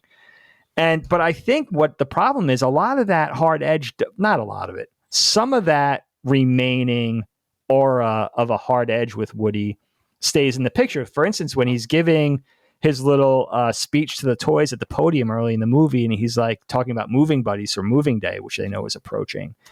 He's like, if you don't have one, get one. Like he's a little nasty about things. And I think that's only emphasized by how likable Buzz is. Buzz comes off, he's very self-important and dutiful, but there's a goofiness in how genuine he is about being a hero, and the fact that he doesn't. There's that naivete that he doesn't know he's a toy is so charming, and Tim Allen has a lot to do with this too. Buzz is just very likable, and even with Tom Hanks's voice and Woody and trying to imbue a little warmth, he still comes off as not as likable as his soon-to-be buddy, and I think that just adds a little insult to injury. And I think a lot of that holdover of that harder-edged Woody kind of remains in the film, even though they diluted it a lot and made him a little more likable. I also think you have to understand, like, Woody, obviously his friends, they established the sort of, not only the pecking order in the toy room or Andy's bedroom, but they established the fact that Tom Hanks is the leader, but that he has a rapport with the toys. Like he's talking to Speak and Spell and thanking him. He's doing this thing with Etch-a-Sketch and everything like that. Like they like him. But now he's witnessing for the first time that his spot at the top of this, of this pecking order is being threatened by an outsider, and it's waking up something in him, these qualities in him that maybe he didn't even know existed. Where he's actually feeling very nervous about being a number two, losing his spot at the top of the hierarchy. So I think that's played up in the story. And I think if you understand it, and of course the fact that he's also kind of conniving, Woody, throughout the whole thing, even trying to, everything is to achieve his own ends. He's really worrying about himself and not Buzz until later in the film when Buzz rescues him, and then he's like, oh shit, this is a real, that there's a real friendship being forged here. But he's kind of like this underhanded, self-preserving dude. And that's kind of an unlikable quality especially in a hero, in one of your protagonists. So a little bit of a, breaking the formula with what, originally would be seen as a children's thing, but just storytelling in general. Yeah, it's fascinating to think about. First of all, you saying number two just made me want to say, random task, show them what you do. But it's funny you bring this up, this kind of conflict or this tension in making the film and how they had to redo it. Because didn't the same thing happen with Toy Story 2? Wasn't that even worse? Yeah. Well, you know what the problem with that was, Kyle? Pixar had to, again, with the that sort of philosophy of quality at the center of everything they did. They never wanted to tread into sequels, but even more so, Disney was sort of prodding them to do a direct-to-video sequel, which means a huge cut in quality. And by the mid-90s, that was already the Disney formula. We're going to pay big money to do a cinematic Lion King movie. It's going to be gorgeous, but the we want to churn out that merch. We want to churn out those sequels, continue those beloved characters. So we're going to do, we're going to do a quarter budget. We're going to do a direct-to-video Lion King 2, Lion King 3. They're going to get a little more diluted money-wise, quality-wise. What were they thinking? We're going to animate it in the Philippines, overseas, all this kind of stuff. What were they thinking? I don't understand what Pixar they were thinking. Do that. Yeah, right? Yeah, because Toy Story 2 was made, because Toy Story 2 was like well and underway by someone else, right? By another team. And then Disney developed an internal team called Circle 7, if I'm not mistaken. Now, Disney does have a separate cinematic CG animated team that does Tangled. They did Frozen. So there is a separate entity now, and they coexist together. And a lot of the Pixar people run that, like Ed Catmull lords over that as well as Pixar. But back then, Disney was saying, all right, you don't want to do it, then we're gonna basically create a B team. We're going to do the direct-to-video sequels of your films. And even though they had this 50-50 contract and they whacked it up down the middle, they still had these clauses that were like problematic for Pixar because they didn't want to make cheap shit. That was everything that flew in the face of their whole ethos. So Toy Story 2 was well in development as being a direct-to-video sequel, and it was really painful for them. And because Michael Eisner finally left and was later replaced by Bob Iger, who was much more sympathetic to what Pixar wanted to do, that sort of atmosphere changed and the dynamic shifted in Pixar's favor. But they went through a very hard time in the late 90s, early aughts, where they were being told, like, this is part of the deal. Like, you could do the cinematic version. There's going to be a sequel. It's going to be a quarter of the budget, quarter of the quality. Why and you're going to have to live with that. That's so strange to me because it is totally the opposite of conventional wisdom today. Which really is you get the first product out and you do as best as you can with it, and then you iterate on it and make a sequel that's even better. And yes, that's at least the way it is in video games. Or I think Pixar's original intention was to not do sequels. Well, that's also great. I think that's also great. That. Maybe not realistic in a mega company, but I dig that too. You know? I always think Disney's influence was like, all right, we're going to do Cars, and then we're going to do Cars 2 through 4. And I think the compromise was you could keep the quality high, you could keep it cinematic, right? But just the very fact of a sequel, I think, is troubling when you have that quality-driven sort of philosophy that Pixar has always had. But I think that was the compromise. It's like, all right, you could do the sequel, but it doesn't have to be direct-to-video status. It could be, now it would be direct-to-subscription status. It makes me cringe. High. It makes me cringe. It's like, Lion King, that beloved... amazing film, the beautiful color palettes and the wonderful characterizations and the soundtrack and the Elton John. And what we're going to do with that is we're going to give you 1/4 as much money. We want to bring those characters back, or maybe it'll be their children. And they did this with Little Mermaid. They did this with everything. Beauty and the Beast. Hercules, I think they did it with as well, right? Yeah. Or they did, or they do the TV series. But I'm going to tell you something. That's right. I understand that it's flop sweat. It's wanting to stay relevant. It's that old school sort of approach to IP where it's like you got to keep it in front of people's eyes so you can keep it in their hearts and mind. But it is, I agree with exactly what you're saying, Kyle. It's so backwards. And what ends up happening is you're not acknowledging the fact that a 6-year-old understands it. They might not be able to articulate it, but they know this doesn't look like what they saw in the movie theater the year prior. They know that. I know because I was one of them once, and I know I grew up to be an animator and I have a more discerning eye maybe than the average Joe.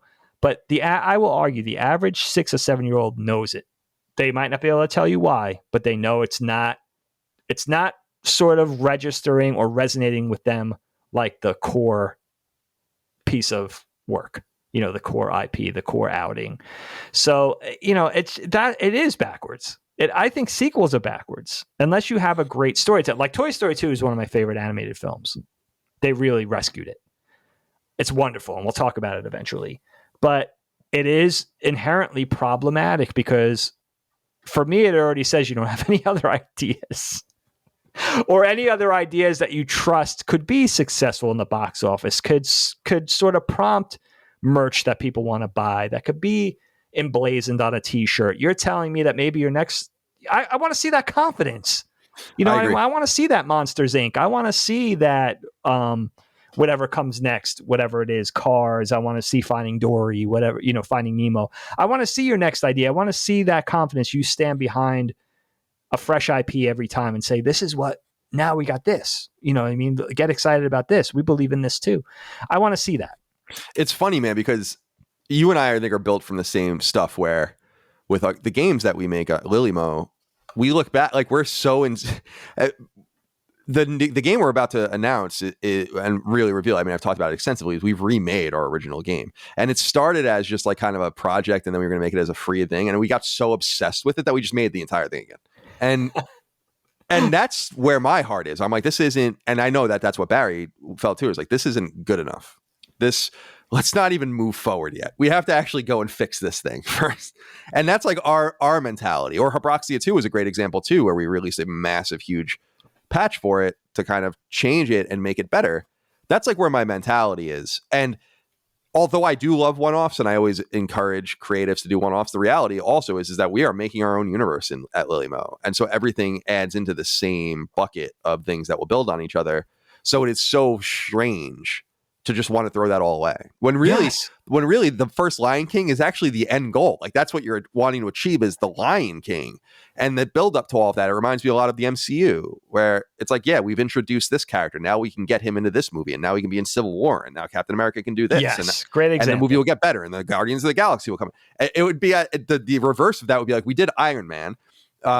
Now we want to give you 1/3 the amount of money, and you should go find the most obscure Marvel character you possibly can and make a movie about him. You're not giving the audience enough credit. Like what you do with Lilymo, right? You and Barry, you have a vision, right?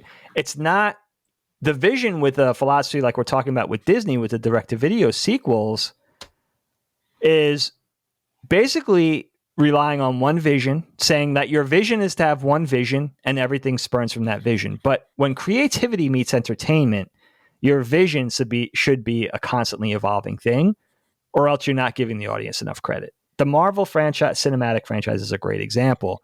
Every iteration introduces something new. Yes, you're building off existing beloved characters that you want to see again, but you're introducing new characters, new villains, new adventures. It's always quality driven. It's not relying on Marvel Cinematic A and Marvel Cinematic B and Marvel Cinematic C probably cost the same, if not more each time, right? Mm-hmm. So the philosophy is not to spend less money. The philosophy is to continue something as long as it's good.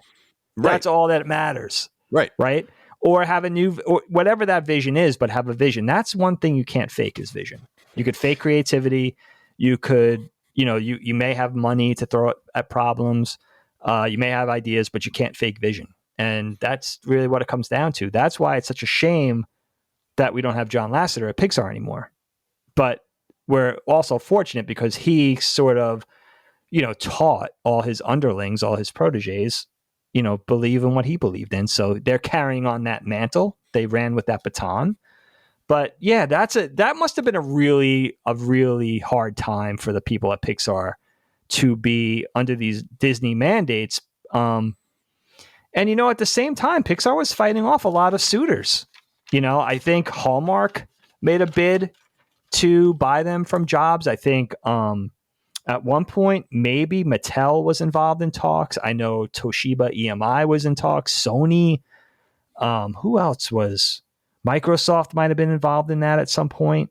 So it's really interesting. And the thing you say about the toy companies also, Kyle, was very interesting because I remember hearing a long time ago that with Toy Story, they wanted to get the toys made.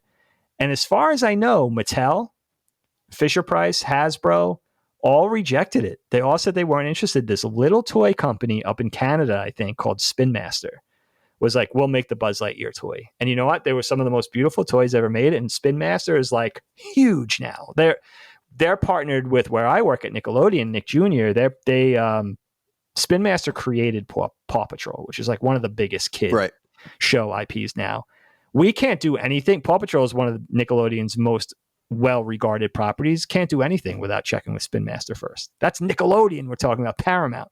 So, and they started their ascension with agreeing to make the Toy Story very interesting. Toys. Love that. And also you have these companies like Play School who didn't want to make the toys, but wanted their names mentioned in the film because you have those, you have Operation on the Shelf, Battleship, Speak and Spell, Etch-a-Sketch, all those old school toys. I really didn't realize how many there were. A lot of them, Mr. Potato Head and all of the rest. And it is interesting. It's funny what you were mentioning about the strengthening and working off of a foundation, because not to beat up on it too much, but it's the exact antithesis of what Disney's experience with Star Wars was in my mind, which was, at least with the films, you totally botched this. You totally fucked this up, because from the word go, you just didn't have a plan. I don't care about Rey. No one cares about Rey.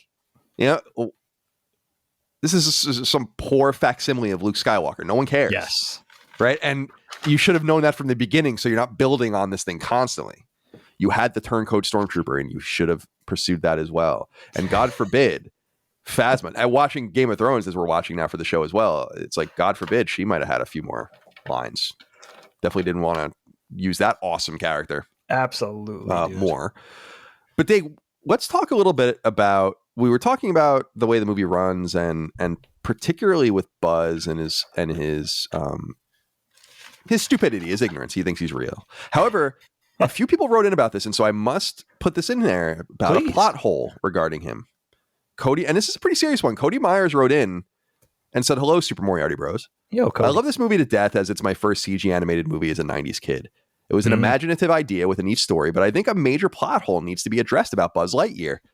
If he truly believes he's a space ranger from Star Command and not a toy, why does he freeze when in the presence of a human? I did not realize this obvious plot hole as a kid, but when it got pointed out to me as an adult, it was a glass-shattering realization that I can't unsee. What do you guys think? Am I looking too much into the details as an animated movie, or was this a huge oversight that Pixar didn't care to address? Love KnockBack and other LSM podcasts. They're mine and my bro's favorite podcasts, and we look forward to and discuss them every week.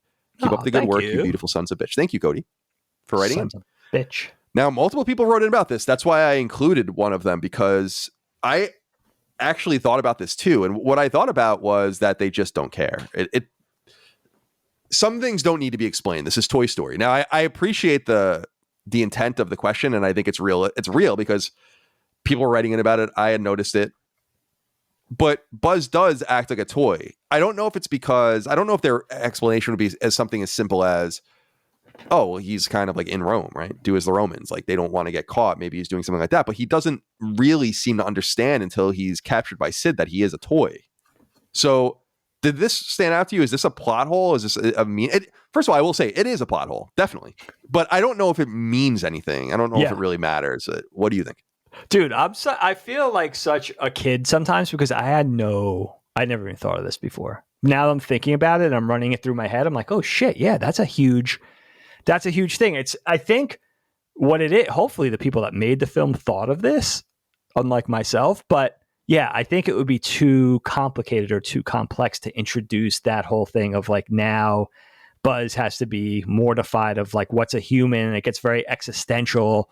And it gets a little too complicated. It's like, but it is strange, actually, that they didn't try to deal with it, at least in a simplified way with kid gloves. Because, for instance, right, look at this movie. Disney wanted it to be, they were really encouraging them to adopt a musical formula. And John Lasseter and company were like, no, we don't want to do that. Got we understand. Friend in me. Yeah, they got that. They just break out into song. Mm-hmm. And, they didn't want to do that. Their vision for the movie wasn't that. But again, you have the executives at Disney are like looking at the history of Disney and saying princesses and fairy tales and musicals and soundtracks. Yeah, exactly. Those are the reasons for our past success. That's why we're a household name, hence Walt Disney, all this other kind of stuff. Uncle Walt. Or look at a simple thing like this.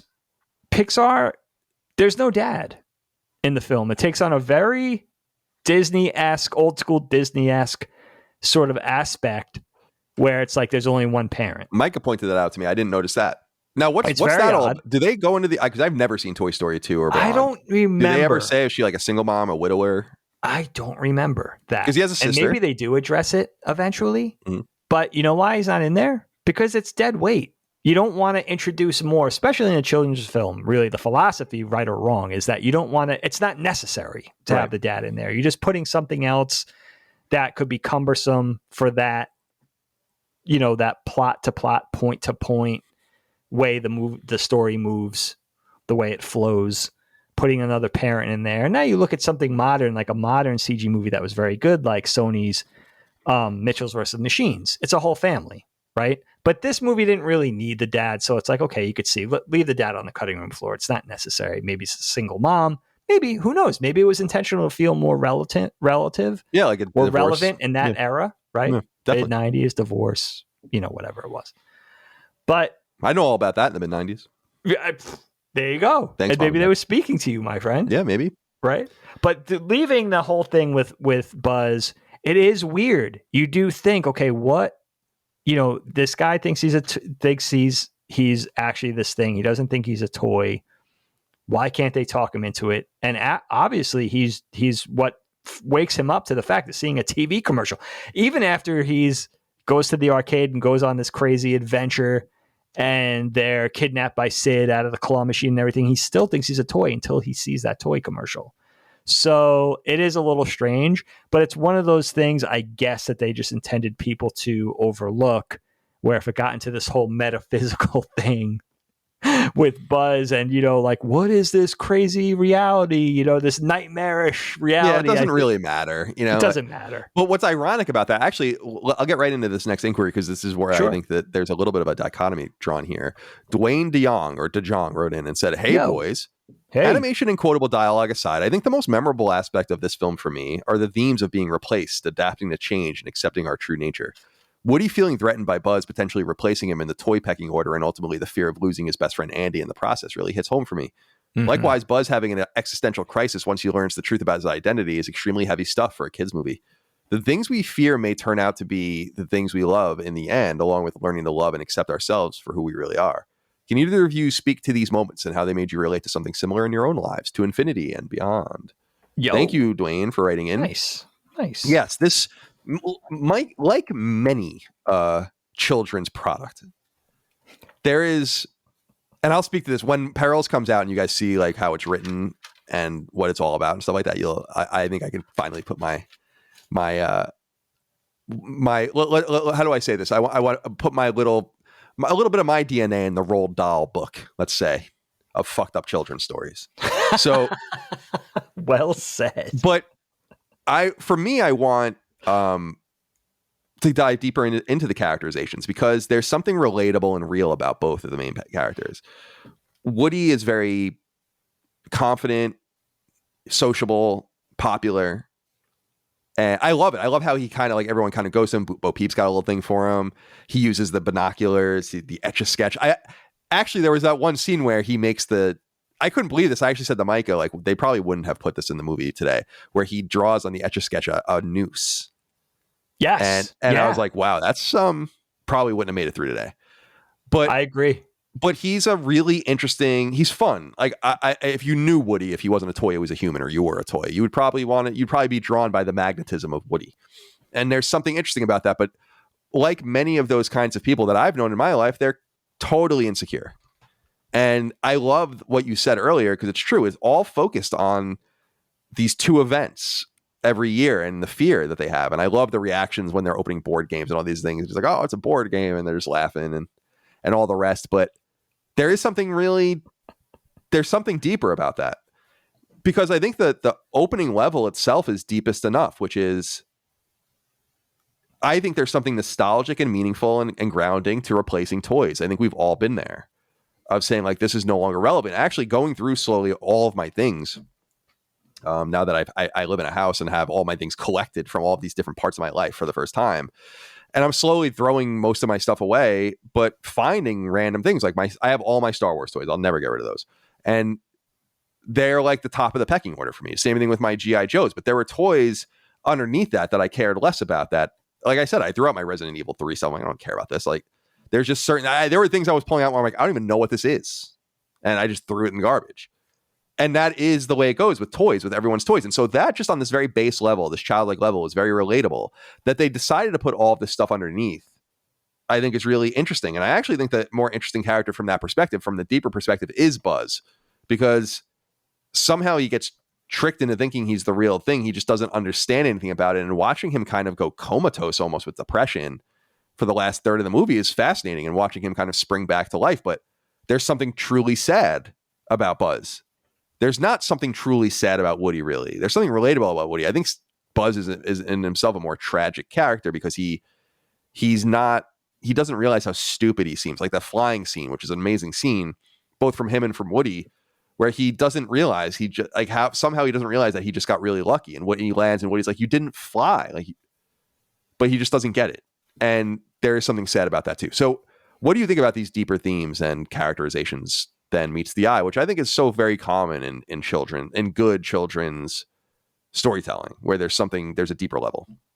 Yeah, it is. It's really thoughtful. And, those things, we're talking about it as adults, but those things, those aspects really do register and resonate with kids. Kids really feel that when a character has a struggle, they're up against something, they have a fear, there's a realization, some kind of trouble to get the upper hand and surmount those odds or whatever. I think that's really important in a good story, and something that could give us a appreciation as adults as well.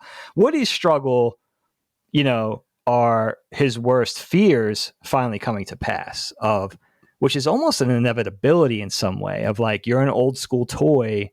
At some point, you're not going to be, all odds are against you.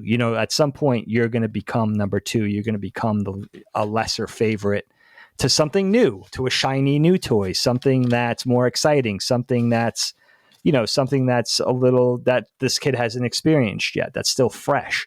And then interestingly, that inevitability is played up even further in the second film, if I remember correctly, because it's Andy going off to college. So now you're dealing with that thing of just become the kid growing up, becoming irrelevant. Now you're going to go into storage. You're going to be donated to Goodwill, or you're going to be garage sale fodder or whatever. So I love that. And I love seeing it from the toy's perspective. It's it does kind of give me the feels, because you think back to your own toys and your own things Definitely. That you grew up with, that you loved. And then of course, Buzz's thing is cool. And I like thinking about this, because I think you think about this a little less with Buzz, but his thing of waking up or finding out who he really is, thinking he's this very important intergalactic, member of this intergalactic police force that guards the galaxy from the threat of invasion and evil alien monsters. And he's very self-important. And of course, he's very naive to the fact of who he really is. And when he realizes that he's quote unquote just a toy, you have to understand, like, now he's very deflated, because he feels like, oh man, I'm just, I'm kind of on the same level as all these other things that I'm around. But really what it is, it's not what you do, it's your inherent qualities. He is a hero because he does care about his friends. He is heroic. He has courage. He has bravery. You know what I mean? So he really is a space ranger, because he really does imbue all those qualities. He's just not, right? That's actually who he is. He just doesn't have the title, and he has to realize that's not what it's all about. It's like being an artist. You're an artist if you say you're an artist, not because somebody anoints you as an artist. Sure. You know what I mean? That type of thing. Fair enough. So Dylan Lockyer wrote in, said, "Greetings, Space Rangers. Toy Story was my number one movie growing up. I was born the year it came out and watched the VHS so much. The tape within the cassette wore down and broke. I practically had a collection of Buzz and Woodies from every birthday through elementary school. My dad and I even painted my bedroom ceiling to resemble the cloudy blue sky in Andy's room. I've always admired how Pixar created a believable world by mixing original toys like Buzz and Woody with existing brands like Mr. Potato Head and the Green Army Men. Are there any of the original toys that you wish you had as kids, or any that strike your fancy in general? I am curious, Dave, very curious about what you think about the array of toys. Now, we'll talk about Sid in a minute, but Sid has G.I. Joes. And I went and looked into this and read about them. Like, why aren't they G.I. Joes? In fact, they call them Combat Carl in the movie. And I was like, there's got to be a reason, because Hasbro's involved in this. Other Hasbro toys are in this. So, and I went and read, and apparently it was due to this that they were going to let them use G.I. Joe. And it would be interesting if they would have used like Flint or Duke, or if they just would have made like a generic one. But it's because of the scene with Sid where he blows them up. that they were like, you can't use G.I. Joe. And I was like, oh, that's such a shame. But so my take on the toys they show, and I wrote down as many of them as I could, is that for the most part, these are not toys that I cared about. Like, I had an RC car too. They were cool. Checkers, board games, everyone plays with those. The tape recorder, I guess. But there's stuff like Little Tykes. I wasn't super into that. Slinky, I never really understood. Mr. Potato Head, I never really understood. Play school stuff. It seemed, to your point earlier, a little bit older and a little bit quainter. It didn't seem accurate to the time of the way people were actually playing toys. Like, maybe you would have a dinosaur and a Mr. Potato Head and all that, but there would be more action figures and points of articulation on these different things. So I must say, when I was watching it, it was cool to look at like the Barrel of Monkeys and the Magic 8 Ball and all these things. But I was like, none of this is really relatable to me as a kid around the same time collecting toys. It seemed like it's kind of missing the forest for the trees in some way. The one shout out I do want to give is Brent Hooper, who wrote in and said, "Greetings, you two. I just want to say the army men in this movie are superb. They're barely in the film, but the way that Pixar portrayed them and the animations of their physicality and gait always made me watch them in awe. It seems so practical for the way those toys were produced. What say you?" And I will say that the one toy that is prominent in this movie that I did play with extensively were army men. I loved army men. I don't know why. I don't know if people still play with army men, if that's still a thing, but I loved army men. And I used to do this very specific thing with them. I don't know why I did this, but I'm very OCD. So everything used to turn into like dice rolls and all this weird shit with me when I would play with like by myself. And I would go up the stairs at our old house and my army men would slowly climb the stairs. And then based on like conditions that I made up, and then I would roll dice, I would drop like balls from the top of the stairs down, and they would like take out a few of them, and that would like knock them out. And then they would climb up to the next stair, and so on and so forth. And so that brought up memories for me with army men. I love army men. I would be interested to know if little kids still play with them or not. But other than that, I didn't really relate to any of the toys themselves. It wasn't anything in there like, man, I wish I had a dinosaur toy, or I wish I had a Mr. Potato Head. It's like, man, my toy, what I was thinking was my toys were much cooler than this. And I'm wondering what your takeaway is on the extraneous characters, and if any of them spoke to you from a toy level or a character level or what. Yeah, it's crazy to think, right? 2022 perspective, every toy in that room would be a Lego. Right. Yeah, good point. It's kind of sad when you think about it.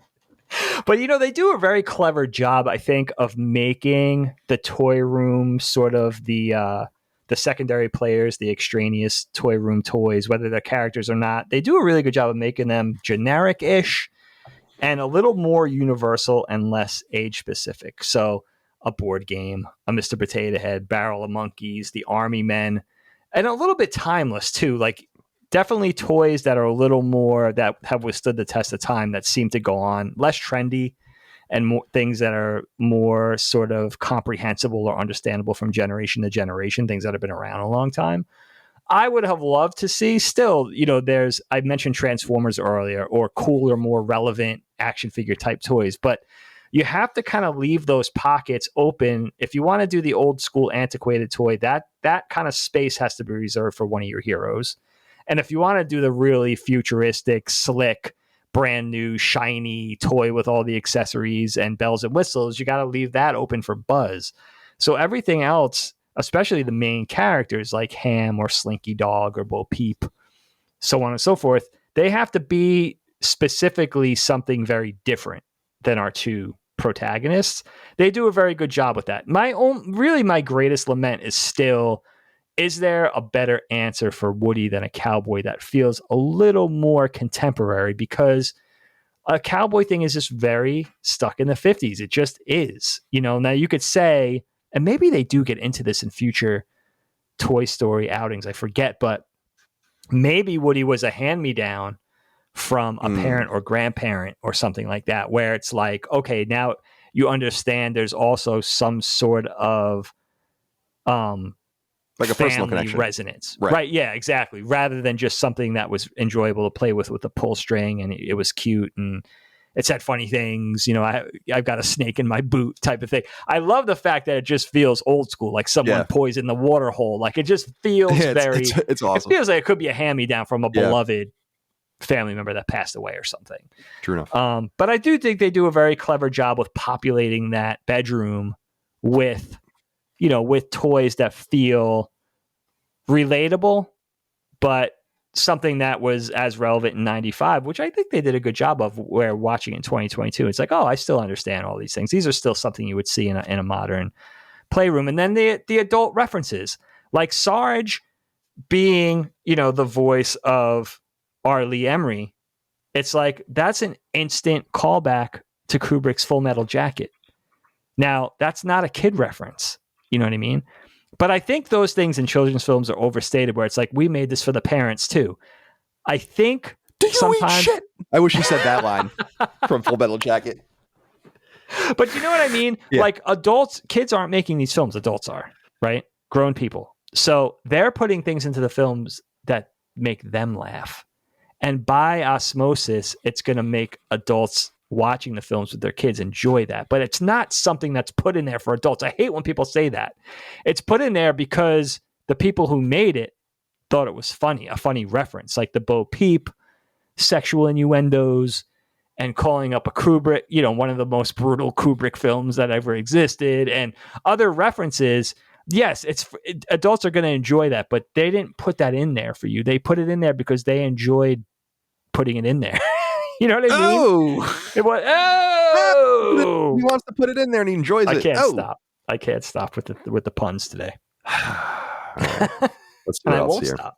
Hey, all right, let's talk about Sid, true antagonist. Nikolai Casio wrote in and said, "What happened to Sid as a child? Have his parents been investigated? Someone call CPS." Sid is maybe the deepest part of the movie. Let's say that. I want to say the most interesting, but he's deep. There's something deep about this character. Here's the reason. He gives off Whiskey Tango vibes, right? Hardcore, white trash.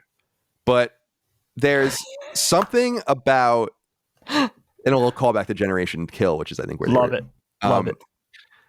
He gives off white trash vibes. And even the yard, the chained up dog, there's like no grass in the backyard, the dilapidated shed. It just kind of gave off like I know that backyard. I know the kind of person that lives in that house. Like I know what they were aiming for. However, I don't know that that's the full story, because his sister seems totally fine. True. And it makes you wonder, like, what is going on with the parents? What is going on? And actually, there's a scene too where they trick the little girl into going. Her name's Hannah or something, I think. They trick her to go to see the mom, and so she's like dutiful, I guess, to go and like see what the mom wants and stuff. So there's something. I don't really know what to make of this entire character. It's because it's totally relatable. It's like the kind of kid you were scared of when you were younger. I know exactly the kind of kid this is. I can name the names. I'll name names. I'm not going to, but and the backyard feels like kind of a place in Medford or something like that. Like definitely. Which is where we grew up. I was very young when we left there, but yeah, where it's kind of a little more working to middle class as opposed to middle to upper middle class or white collar, which is where we ended up. Yep. But I don't think that tells the full story. The one thing that bothers me about Sid is and you and I both relate on this, is just a complete disrespect for toys. Like, I was never like that. I just never understood, like, what are you doing? The worst I ever got was I took apart G.I. Joes and would sometimes reassemble them with different parts. But I'm not trying to ruin them. I was just... That's not too egregious. Right. And I'm sad I did that. But now they can be put back together. It's not a huge deal. I'm not going to, because my childhood G.I. Joes, as I've said many times, are just totally segregated from everything else. They're just going to stay exactly the way they are. But so anyway, I just couldn't wrap my mind around it. And watching Sid, there's nothing really, not that you should be able to kind of identify with the antagonist, although some really good fiction has you identifying with the antagonist, but more the just disrespect for toys. Like, I took care of my toys. I had cleaned my toys and put them on the shelf and make sure the accessories stay with everyone. Remember, you and I have always discussed the old carrying cases, like the 3PO carrying case and the Vader carrying case and all the things you put your Star Wars figures on with the little labels and you put them in. And it's like the antithesis of the way I treated my toys when I was a kid. And that's why I think when I said the Army Men thing, when I'd have the balls hitting them, like going down the stairs, it's because like they're Army Men. Who gives a shit about the Army Men? I would have never done that with my G.I. Joes. I would have never done that with Star Wars figures. Right. So anyway, what is your, like, when I broke a thumb on a G.I. Joe when I was a kid, that was like a fucking traumatic thing, especially because you couldn't do anything about it. It wasn't, you couldn't glue the thumb back on. It was just done. Like, you knew when that thumb snapped off, and we all experienced it. You knew when the thumb snapped off. You're like, and every G.I. Joe fan kind of has the feel, right? Like you're like this.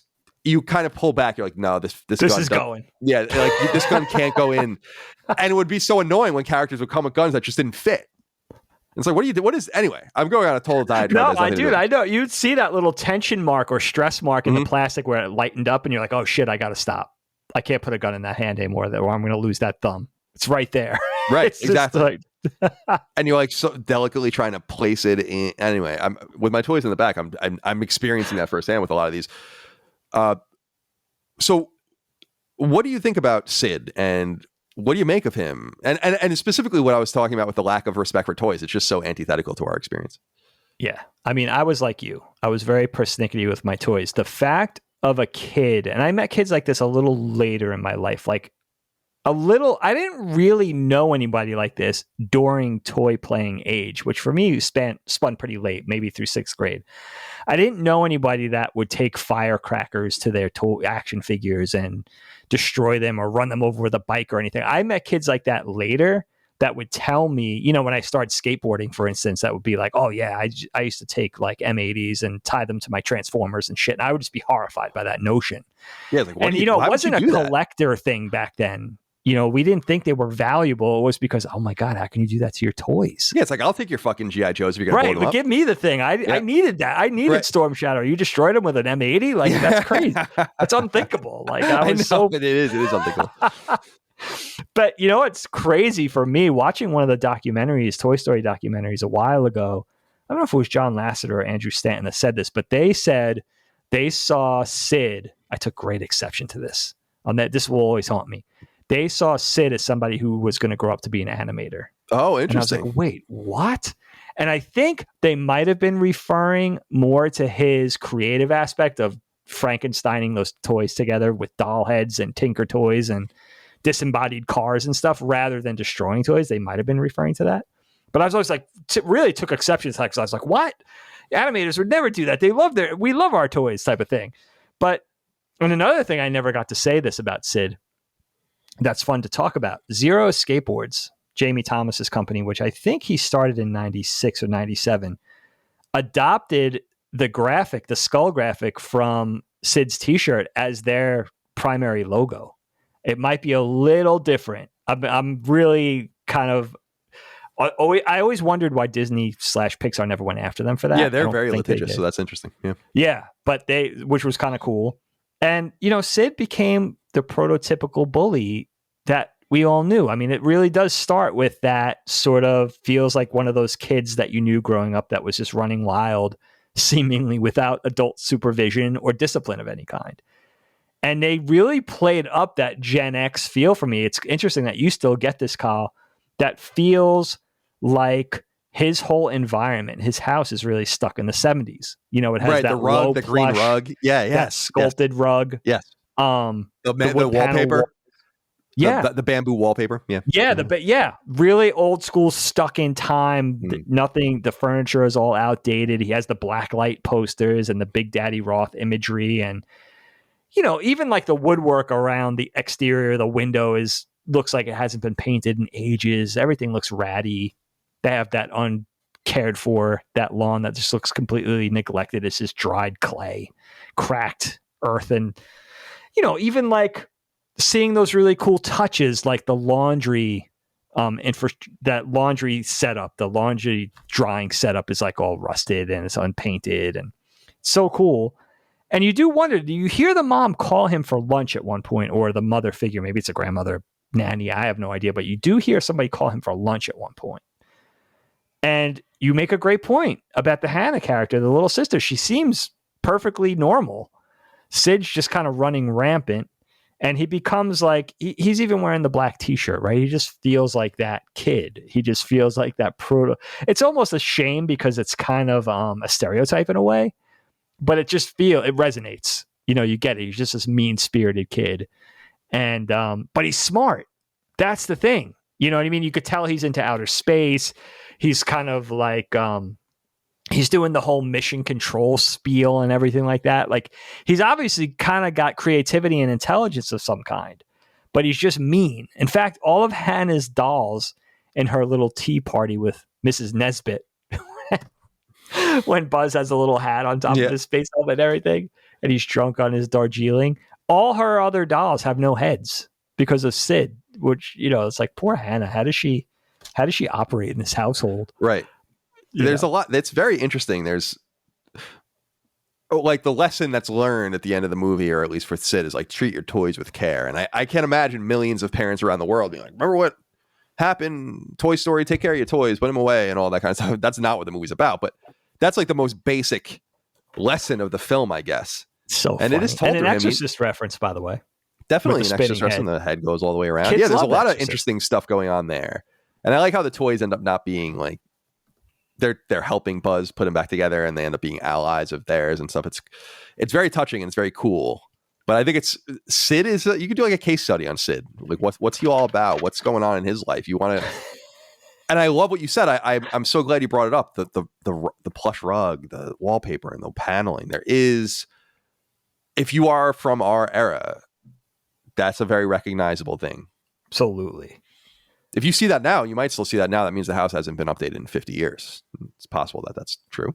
Well, you know what it was, Kyle? It was like, you knew those kids growing up. Maybe they were closer friends. Maybe they were just sort of contemporaries that you ended up at their house every so often. But it always felt like the houses that were a little less tidy, or maybe they were a little dirtier than you were used to, or they were a little less updated. It was like, both parents back then, it seemed like it was like one of those cases where maybe both parents worked, they weren't home a lot, even if they were together.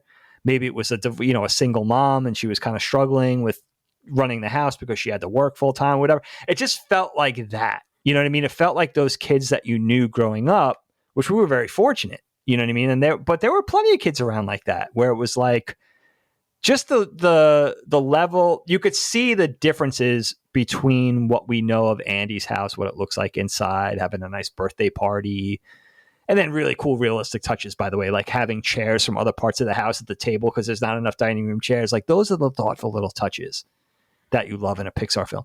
But you know what I mean? You see those differences between Andy's life and Sid's life. And if that's one of those things that really registers with, I think, especially kids that are our age, because I don't know that my kids really know that anymore. There seems more, it's weird, but there seems more of there's more of a parody now.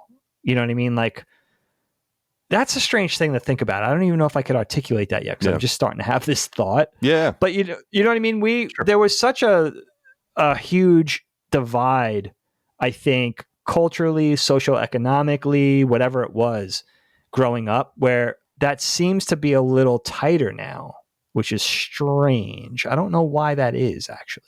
Yeah. And maybe that's just my reality. Maybe that's just my reality where I am now versus where we specifically grew up, which was very diverse. Right.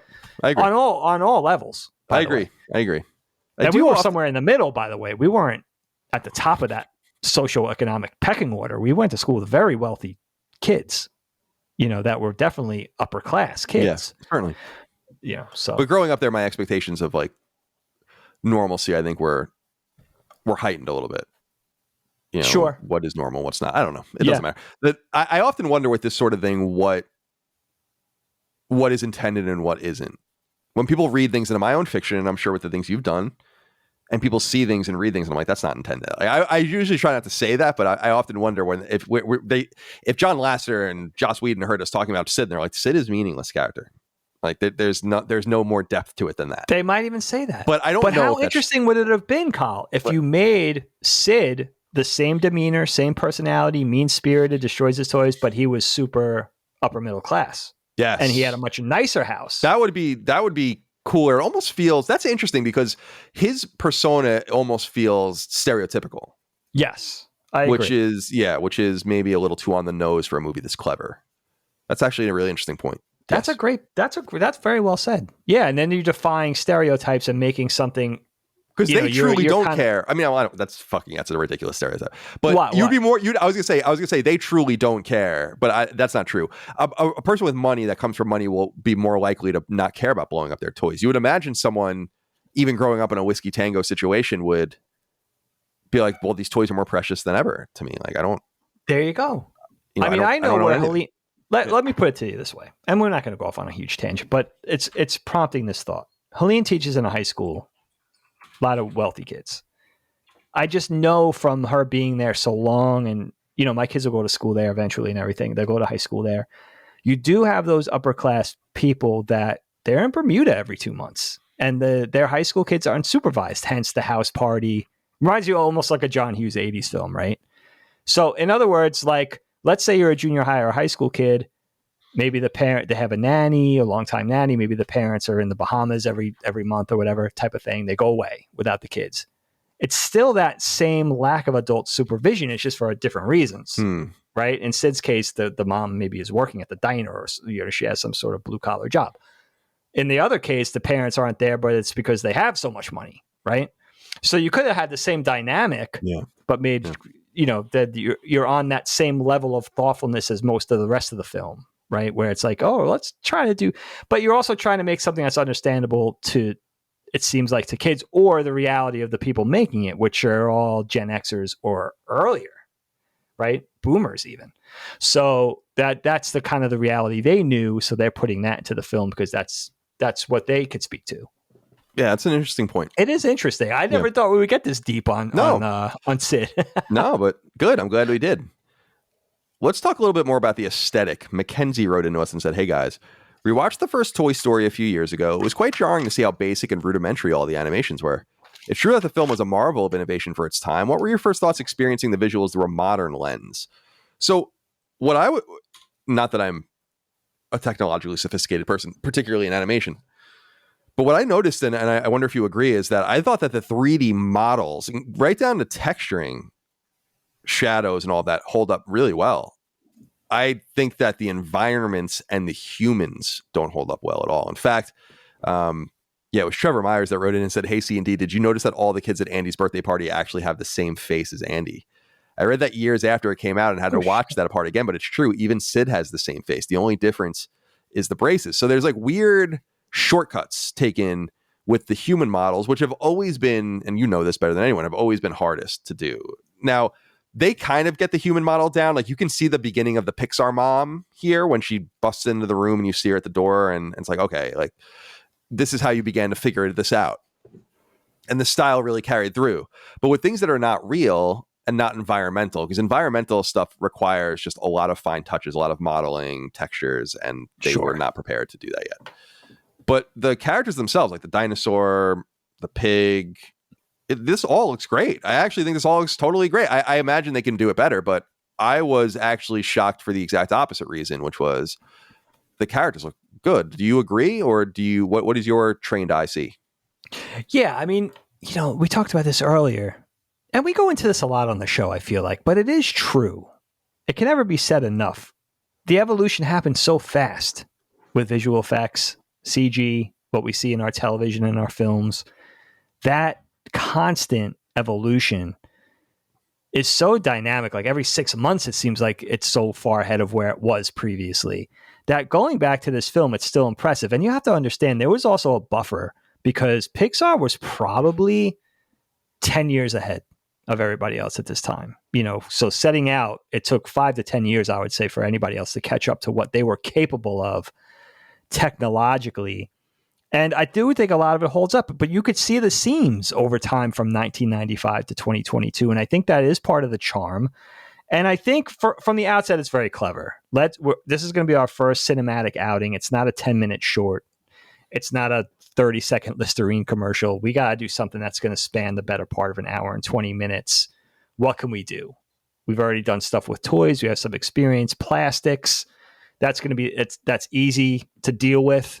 It's easy to make realistic, convincing, right? Let's do that. And then even in environments, you have a bedroom interior, typical suburban bedroom interior, what a suburban neighborhood looks like on the outside, a lot of primary colors, a lot of daytime lighting, wood floors, reflections. This is relatively easy stuff. Then we're going to delve into some tricky set pieces. We're going to do Pizza Planet. We got the lights from the arcade machine. We have a very Chuck E. Cheese-esque lighting style where it's darker and it's lit by the consoles and everything like that. The gas station exterior. We're going to try to do things. We're going to try to make it look weathered. Like the inside of Andy's door, you have the weathering, you have the chipping paint, you have the scuff marks on the kick plate and stuff like that. It's really, you have the rust. You have a little wear on Woody's parts where he would constantly be held from. Very thoughtful. But they weren't there yet. They were still developing the technology. So when you see parts of it like the bed sheets or the cloth, something that's a little more organic and hard to model, you could see that it's a little rigid. Yeah, it's a little crispy or jaggy. It's a texture map. You can see that. Absolutely. Right. And you're dealing with a guy who invents it. Literally, Ed Catmull invented texture mapping. So like you're dealing with proprietary technology. No one knows better than Ed Catmull. And it also, he hired people even smarter than him. So now they're dealing with all this technology as well as the art side. And yeah, the organic stuff, when you're dealing with the human, uncanny valley, everybody knows what it looks like. You could see, Sid is kind of, he's kind of an Andy model with the geometry of the mouth stretched so they could accommodate the braces and the different structure for the teeth and all that kind of stuff. But you know what? They're very clever because they don't linger on it a long time. They'll go to a medium shot, just show enough, play with it. Also, the style of the humans is a little cartoony, so you have a little wiggle room there. And then you also get into, I think, really too, what our listener was saying about the animation. The animation is a little staccato. It's not quite as smooth, but the acting is great. There's some great acting moments that always make me laugh in this film because the performances of the characters are so good. It comes through the voice acting, but the actual posing and the emotion and the physicality of the characters is really, really very cool and very nuanced in a lot of parts, very ahead of its time with that. But you get into stuff too that was bothering me, like where the human would be walking across the floor. Maybe they're showing the mom's feet leaving the dining room or something. Those contact points where the feet meets the floor feels slippery. The shadows aren't quite right. They didn't really have that dialed yet, where the elasticity of the foot really bent off the floor on that foot lift and stuff like that. It really wasn't. It's a little more rigid and less pliable than what we're used to now, but you could see all the beginnings of it. And the fact that they even had this level of acting, I love the acting. That really speaks to me as an animator. Is just, it's so fun, and so nuanced, and something that they probably took from the recording booth and incorporated the Tom Hanks and Tim Allen's actual performance and tied that in to make the character really feel authentic. I think I still am very impressed with it. I don't think, and you know what? It doesn't take you out of the story. Even though we're used to, our eyes are treated to a vast evolution now, so many years on. I think it doesn't, the technology of 1995 of what they were capable of back then doesn't take you out of the film or enjoying the experience. It's not, even when you go back and see something like Tron, right? Which they were really inspired by at Pixar. Disney was and it wasn't a fully animated feature. It was just, they incorporated some CG visual effects. It's like, whoa, this is pretty tough. And I don't think Toy Story has the same thing. And Toy Story only came 10 or a dozen years later. So I think it really had, but it's cool too. And I love hearing them say like, okay, like we're doing Toy Story 2, we're doing Toy Story 3, 4. The technology's better. We've gotten a lot better. We've gotten a lot better with the tools. We have these capabilities that are just sort of so much further along now. How do we make it still feel like Buzz and Woody, but improve it without the audience really seeing those improvements? That's always the challenge, where you're still trying to make it feel like Toy Story 1, but there's obviously a evolution visually that you're sneaking in there for texture mapping, for modeling, animation capabilities, the environments, the lighting, the camera. How do we make it evolved so we could do more, but still make it feel like it belongs in this family? And they also did that with the camera, Kyle. They wanted to, this is something that, one of the benefits of CG animation, you're not beholden to a physical camera or camera operator. Right. You could really do anything you want. That's the best part, I would say. Yeah. But they really stuck to what if we could just film this live action practically with actual cameras. Yeah. Let's make it feel that way. Right. And I think they did a really good job at that, making it feel like just making it feel like it was a film. Yeah, that's what I was going to say, was that one of the coolest parts of 3D animation, or just animation generally, is not being beholden to physicality in any way. And so when you see things that force themselves into specific rules anyway, I think that that's fun. I think that that's nice. Absolutely. Or like when you have a crane, not that they do this, but like when you have a crane shot in an animated film, but it's not a crane or a shot. Sure. It's an animated film. Yeah. But people still have those familiar expectations of the way things should feel and how they ground themselves. It's a really interesting point. I say overall that it holds up. I was really enamored with some of the backgrounds. First of all, I noticed this and I wrote this down. Gas is $1.29 a gallon in this universe when they go to the gas station. The arcade, I think, adds a little bit of nostalgia, unintentionally, no doubt, to this movie looking back, because this movie's about kind of this. Well, I guess Toy Story seems to have kind of become about growing up, but Toy Story itself is about this. It's about this kid and these lost toys and all of the rest. And I feel like, to some extent, the arcade scene is seen at the peak of the arcade. I think from 1995, 1996 onward, the arcade is dying. And so there's something unintentional about that timing of a 1995 film showing the Chuck E. Cheese-like atmosphere that doesn't really exist outside of big box kind of replications of what we understood to be arcades. Like, those arcades are rare and far between. So I had to give a shout out to that too. I'm glad you brought that up. And the other thing I wanted to bring up too quickly was just it didn't seem like they were just licensing toys. I don't know if you noticed, Andy wears Converse, which I thought was interesting as well. So a lot of attention paid here to marketing, much more. I mean, I was a dumb kid probably when I saw this the first time, but just didn't know how much it kind of hits you over the head, but it makes it feel real, and that's good. However, speaking of the aesthetic, we have one last question I want to get into before we wrap up, and there's anything else you want to say, we can of course do that. But Frederick Corbin wrote in and said, do you think old CG films like Toy Story should be remastered with updated visuals like how video game companies remaster old video games? I'm wondering what you think about this, Dag. I know it's not necessarily unheard of in film and TV to go back and remake things, but it's not as common to try to do beat for beat remakes like they do in video games. For instance, we played Shadow of the Colossus, and that's a really good example. That's a beat for beat remake. Demon's Souls on PS5, the launch game, is a beat for beat remake. Ratchet and Clank in 2016 on PS4 is a remake of the 2002 original. Do you think Toy Story could or should be remade? Like, how do you feel about the idea of them going back in and saying, like, we can just do this all over again and make it exactly what you think it should look like, not what it does look like? To me, that sounds enticing, but like a waste of time.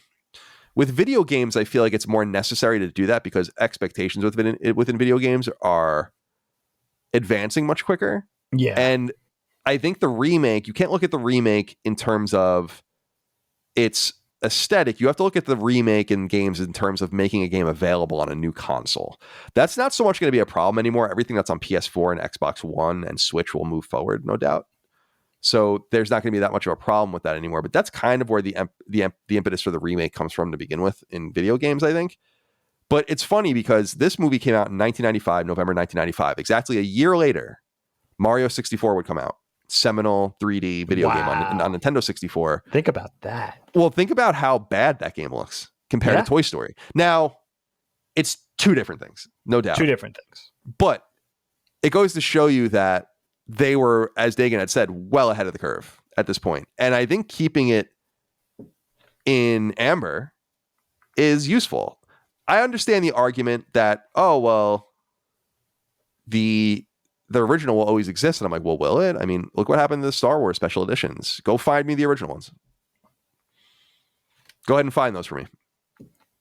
Impossible. Go stream them.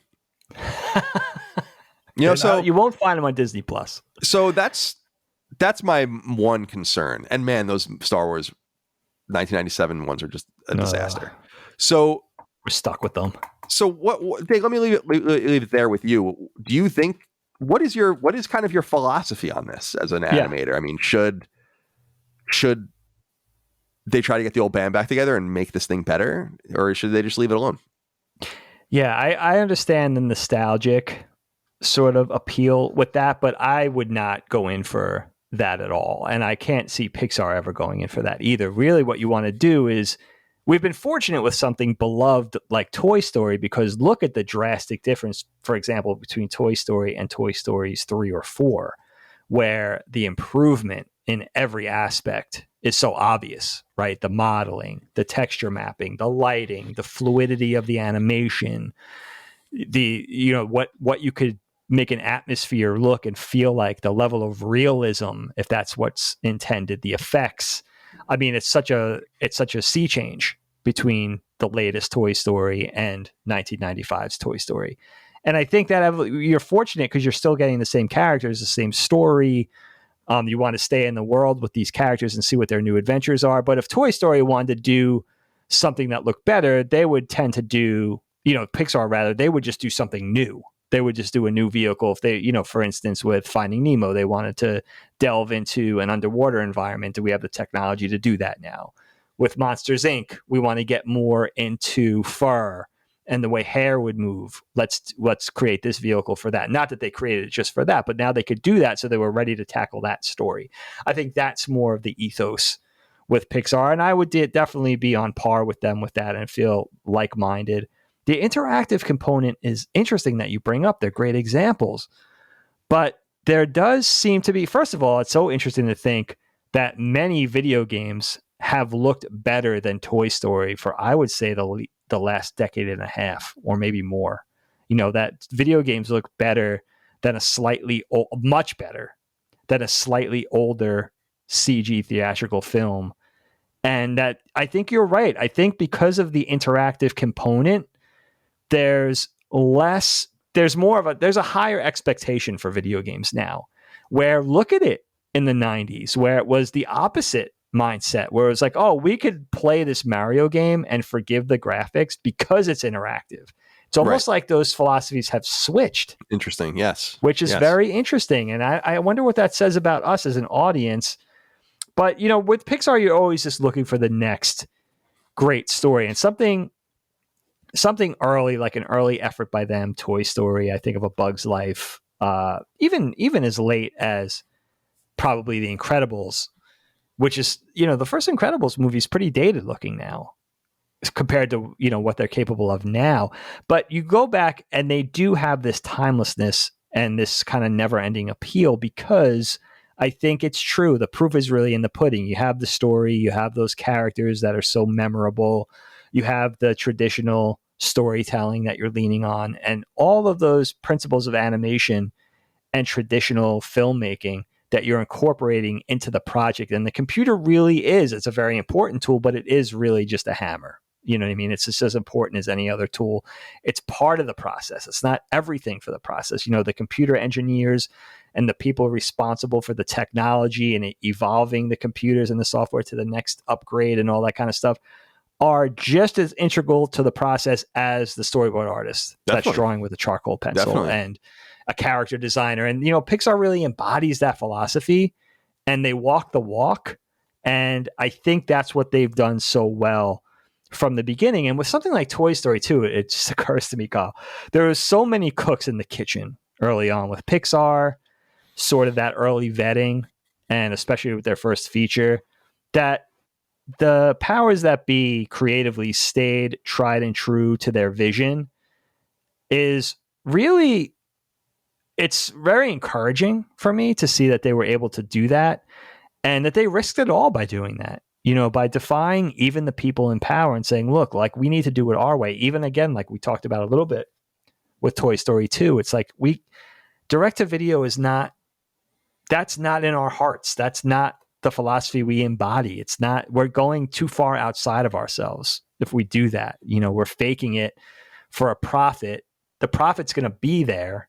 It's just that let us create something from our hearts genuinely and authentically, and the money will come. And I think Pixar has been an amazing proof of that, in a world where that seems kind of rare sometimes. And, that's why I always looked up to them. And, for a lot of animators, and I think I'll always feel this way, there'll always be a part of me, I'm very lucky, I'm very fortunate in my career, but there'll always be a part of me that wants to honestly be a part of Pixar, because when you do what you do for a living, you want to play for the Yankees. You know what I mean? And that's just who they are in animation. And they've maintained that over the years. It's changed. People have come and gone, but that overarching philosophy has remained the same. And it's really heartening to see that dating all the way back to 95, and that really hasn't changed at all. Yeah, well said. I give them a lot of credit too, and I'm glad that you brought up especially the people kind of on the technical side. I think in games that's a similar thing where they don't get any credit really. The savant-like people that make games run the way they do, and it's the same thing with the infrastructure of an animated film. For instance, one of the unsung masters and heroes of Naughty Dog is a guy named Jonathan McIntosh, who's like their maestro with their engine and their tools, their proprietary tools, and without which none of their games would exist. And so it's good to give those guys their credit too. And of course they receive their financial rewards. So I'm sure they're happy not being spoken to very much, but they receive their rewards in other ways. So is there anything else you want to say about Toy Story before we wrap things up? No, man, this is a super fun conversation. I mean, one thing we should give a quick shout out to is the music in the film. I have to talk about Randy Newman. You got a friend in me. Iconic. You always think of it as part of this film. It's such a big part of the whole overall equation. And you know what? Somebody said it. Might have been John Lasseter or somebody else in one of the documentaries. He just brings a warmth. His music, his songwriting, his voice brings a warmth. And I love the fact that they were able to fight off the execs at Disney and say, look, we don't want this to be a musical. We'll compromise and say, we'll put musical accompaniment, but it's not going to be a musical where the characters break into song. How about we do this? And wanting to get Randy Newman and him agreeing to it and him enjoying it so much, even him, talking about this is an iconic songwriter and musician, how much he loved being a part of the project, and really how the mood is so emotional of the film and the overall atmosphere is so emotionally tied to his music. I know John Lasseter was saying look, think about 1995 or early on in 1990, 91, when this movie really started to become a reality and we were doing it. It was like, we could do all these things. We could kind of lean on our traditional storytelling, our animation chops, everything we know about making a good film using the computer as a tool. But who knows what's going to happen? This isn't a Tropicana commercial, and it isn't a short. This is a feature-length film. I'm afraid it's going to be cold because of the modeling, because this thing is really done when push comes to shove in a computer. And I think that music will add a warmth. Now, I don't think Toy Story is cold. I know it's a little dated. It's a little jaggy. Polygons are a little harsh. They're capable of a lot better now. Things have evolved, but I don't find it to be cold. But definitely that Randy Newman soundtrack does not, and I think he wrote 3 original songs for the film. That score definitely does bring a warmth that certainly doesn't hurt. Certainly. Yeah, well said. Do you have any insight before we go into how long it took them to render this movie? I read something that they could only render 30 seconds a week or something. Yeah, I believe it. And you got to understand, these were proprietary tools. It sprung out of Silicon Graphics. It sprung out of what we would know to be Maya, I guess. But they were inventing it. I mean, these guys and their close associates were inventing computer animation, essentially, or at least the computer animation or computer design art tools that were geared towards character animation. So, I mean, it is a fascinating history with Xerox, with Microsoft, with IBM, with everybody playing a part in developing the way it would with SIGGRAPH, that big computer conference, computer design, art, animation conference in Florida every year, that being a huge part of it. And, I was around long enough to know, I was there when my school got the first Silicon Graphics machine and everybody was completely perplexed with it. Or, that very, very early on in the mid to late 90s where I went to school with the first people that majored in Maya. I mean, they're huge now, guys at Blizzard, or they're with Pixar, or they're with DreamWorks, or maybe they were Sony now or something. But these guys were, computer animation was new. This was a new thing. This was a completely evergreen. I mean, now it turned out to be evergreen, but this was blue sky. We didn't know anything that was going to take place. And, it's so funny to think back how far it's come. I mean, I remember sitting around, Kyle, with some of my old associates at Funny Bone Interactive, which was a traditional animation studio where my first job out of school in Connecticut, we were doing traditional animation for CD-ROM, and we had a digital ink and paint system, and that was like, whoa, we're doing digital ink and paint. Like, it was crazy. I remember sitting around one night over beers with some of my contemporary traditional animators, and this was probably in the late 90s, maybe even 2000, and being like, I think it's done. I think we better jump into CG or go work for Hallmark and do greeting card illustration or something. Turned out that there were computer tools being developed for 2D animation too. Thank God, that's what saved us. But there was a time only a little over 20 years ago where we were like, we're fucked. It's going to be all CG animation. I still think Pixar is going to help pioneer the return of hand-drawn animation. It's not going to be on cells. It's not going to be painting cells. I was going to say, I want that to happen. I want them to like do cells and if anybody could do it, it's them. They have the coffers. They have those deep pockets.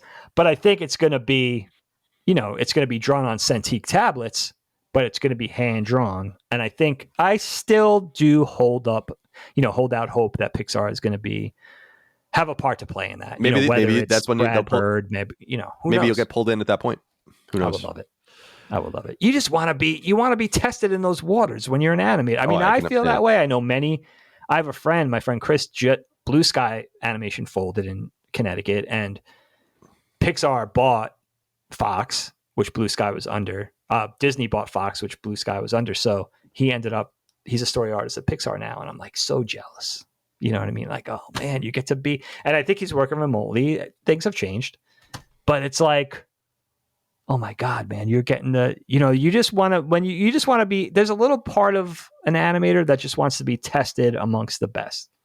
Could I, and you'll get your answer quick enough once you get up there.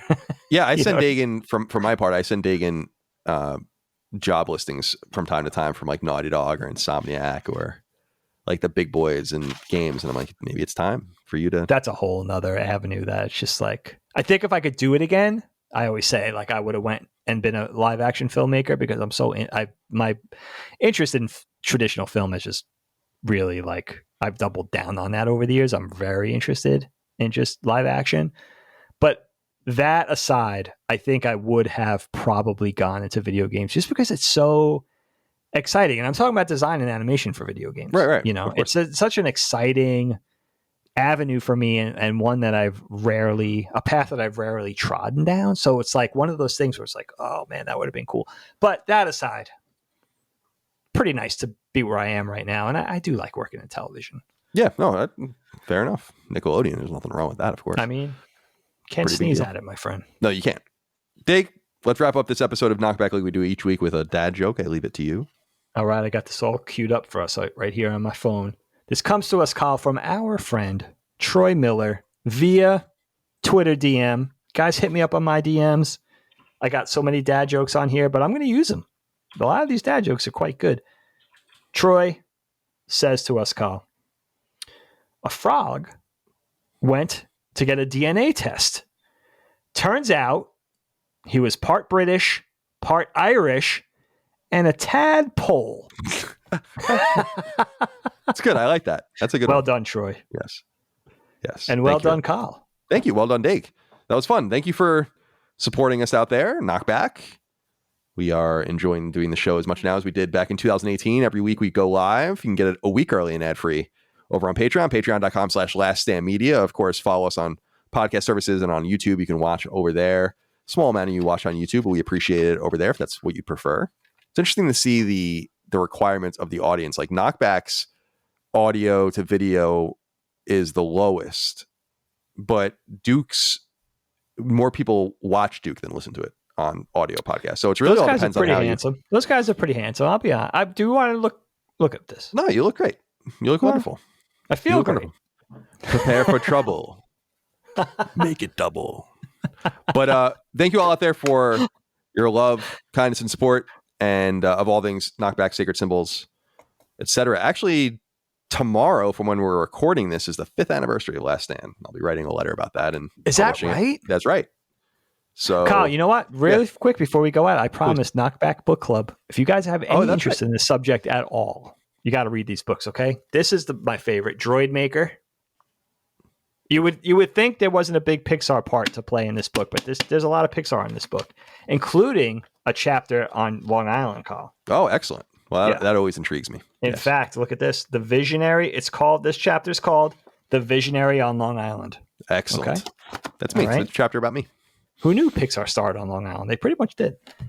This other one, the Pixar Touch. Good stuff. Oh, yeah, there's the link. And Ed Catmull, president of Disney, but also co-founder of Pixar, Creativity Inc. Ed Catmull is a genius. And he wasn't Me Too'd. So if you don't want to read about John Lasseter. Not yet. So, yeah, excellent recommendations. People are always down with the book recommendations. You and I are both. I am not as prodigious a reader as I used to be. I just Me either. Can't do it. I gotta get back on it. I honestly, I ordered Game of Thrones, the book set, and I started reading it last night. Yeah, because I'm trying. How is it so far? It's good. I fell asleep after 10 pages, but it was because it was like 3 a.m. So it's late. That's late. By the way, Kyle, Cormac McCarthy, two new books coming out. I saw that back to back. Very interesting. His first book since The Road, which is exciting. And The Road is my favorite book of all time. So I'll certainly be all over that. Although I heard that thematically it's not quite up my alley, but that's okay. It's okay. I didn't hear anything yet. I heard it's like not what his usual stuff is about. Really? So we'll see. Yes. How dare he? I know, you son of a bitch. Son of a bitch. In your barn writing on a typewriter or whatever it is you do. Weirdo. All right, Dave. Appreciate you. Appreciate all of you out there. We'll see you next time. Until then, goodbye. KnockBack, a retro and nostalgia podcast, is a product and trademark of Last Stand Media and Collins Last Stand LLC, and is recorded from Central Virginia and the Philadelphia suburbs, USA. The show was conceived by and is produced by me, Colin Moriarty. My co-host is Dagan Moriarty. KnockBack's executive producer is Dustin Furman, and the show is edited by associate producer Ben Smith. All of Last Stand's theme music is by Ramon Narvaez. As you know, all of Last Stand Media's shows, including KnockBack, are fan-funded on Patreon at patreon.com/laststandmedia. The following names are at the producer support level or higher on Patreon, and we're grateful for your kindness and generosity.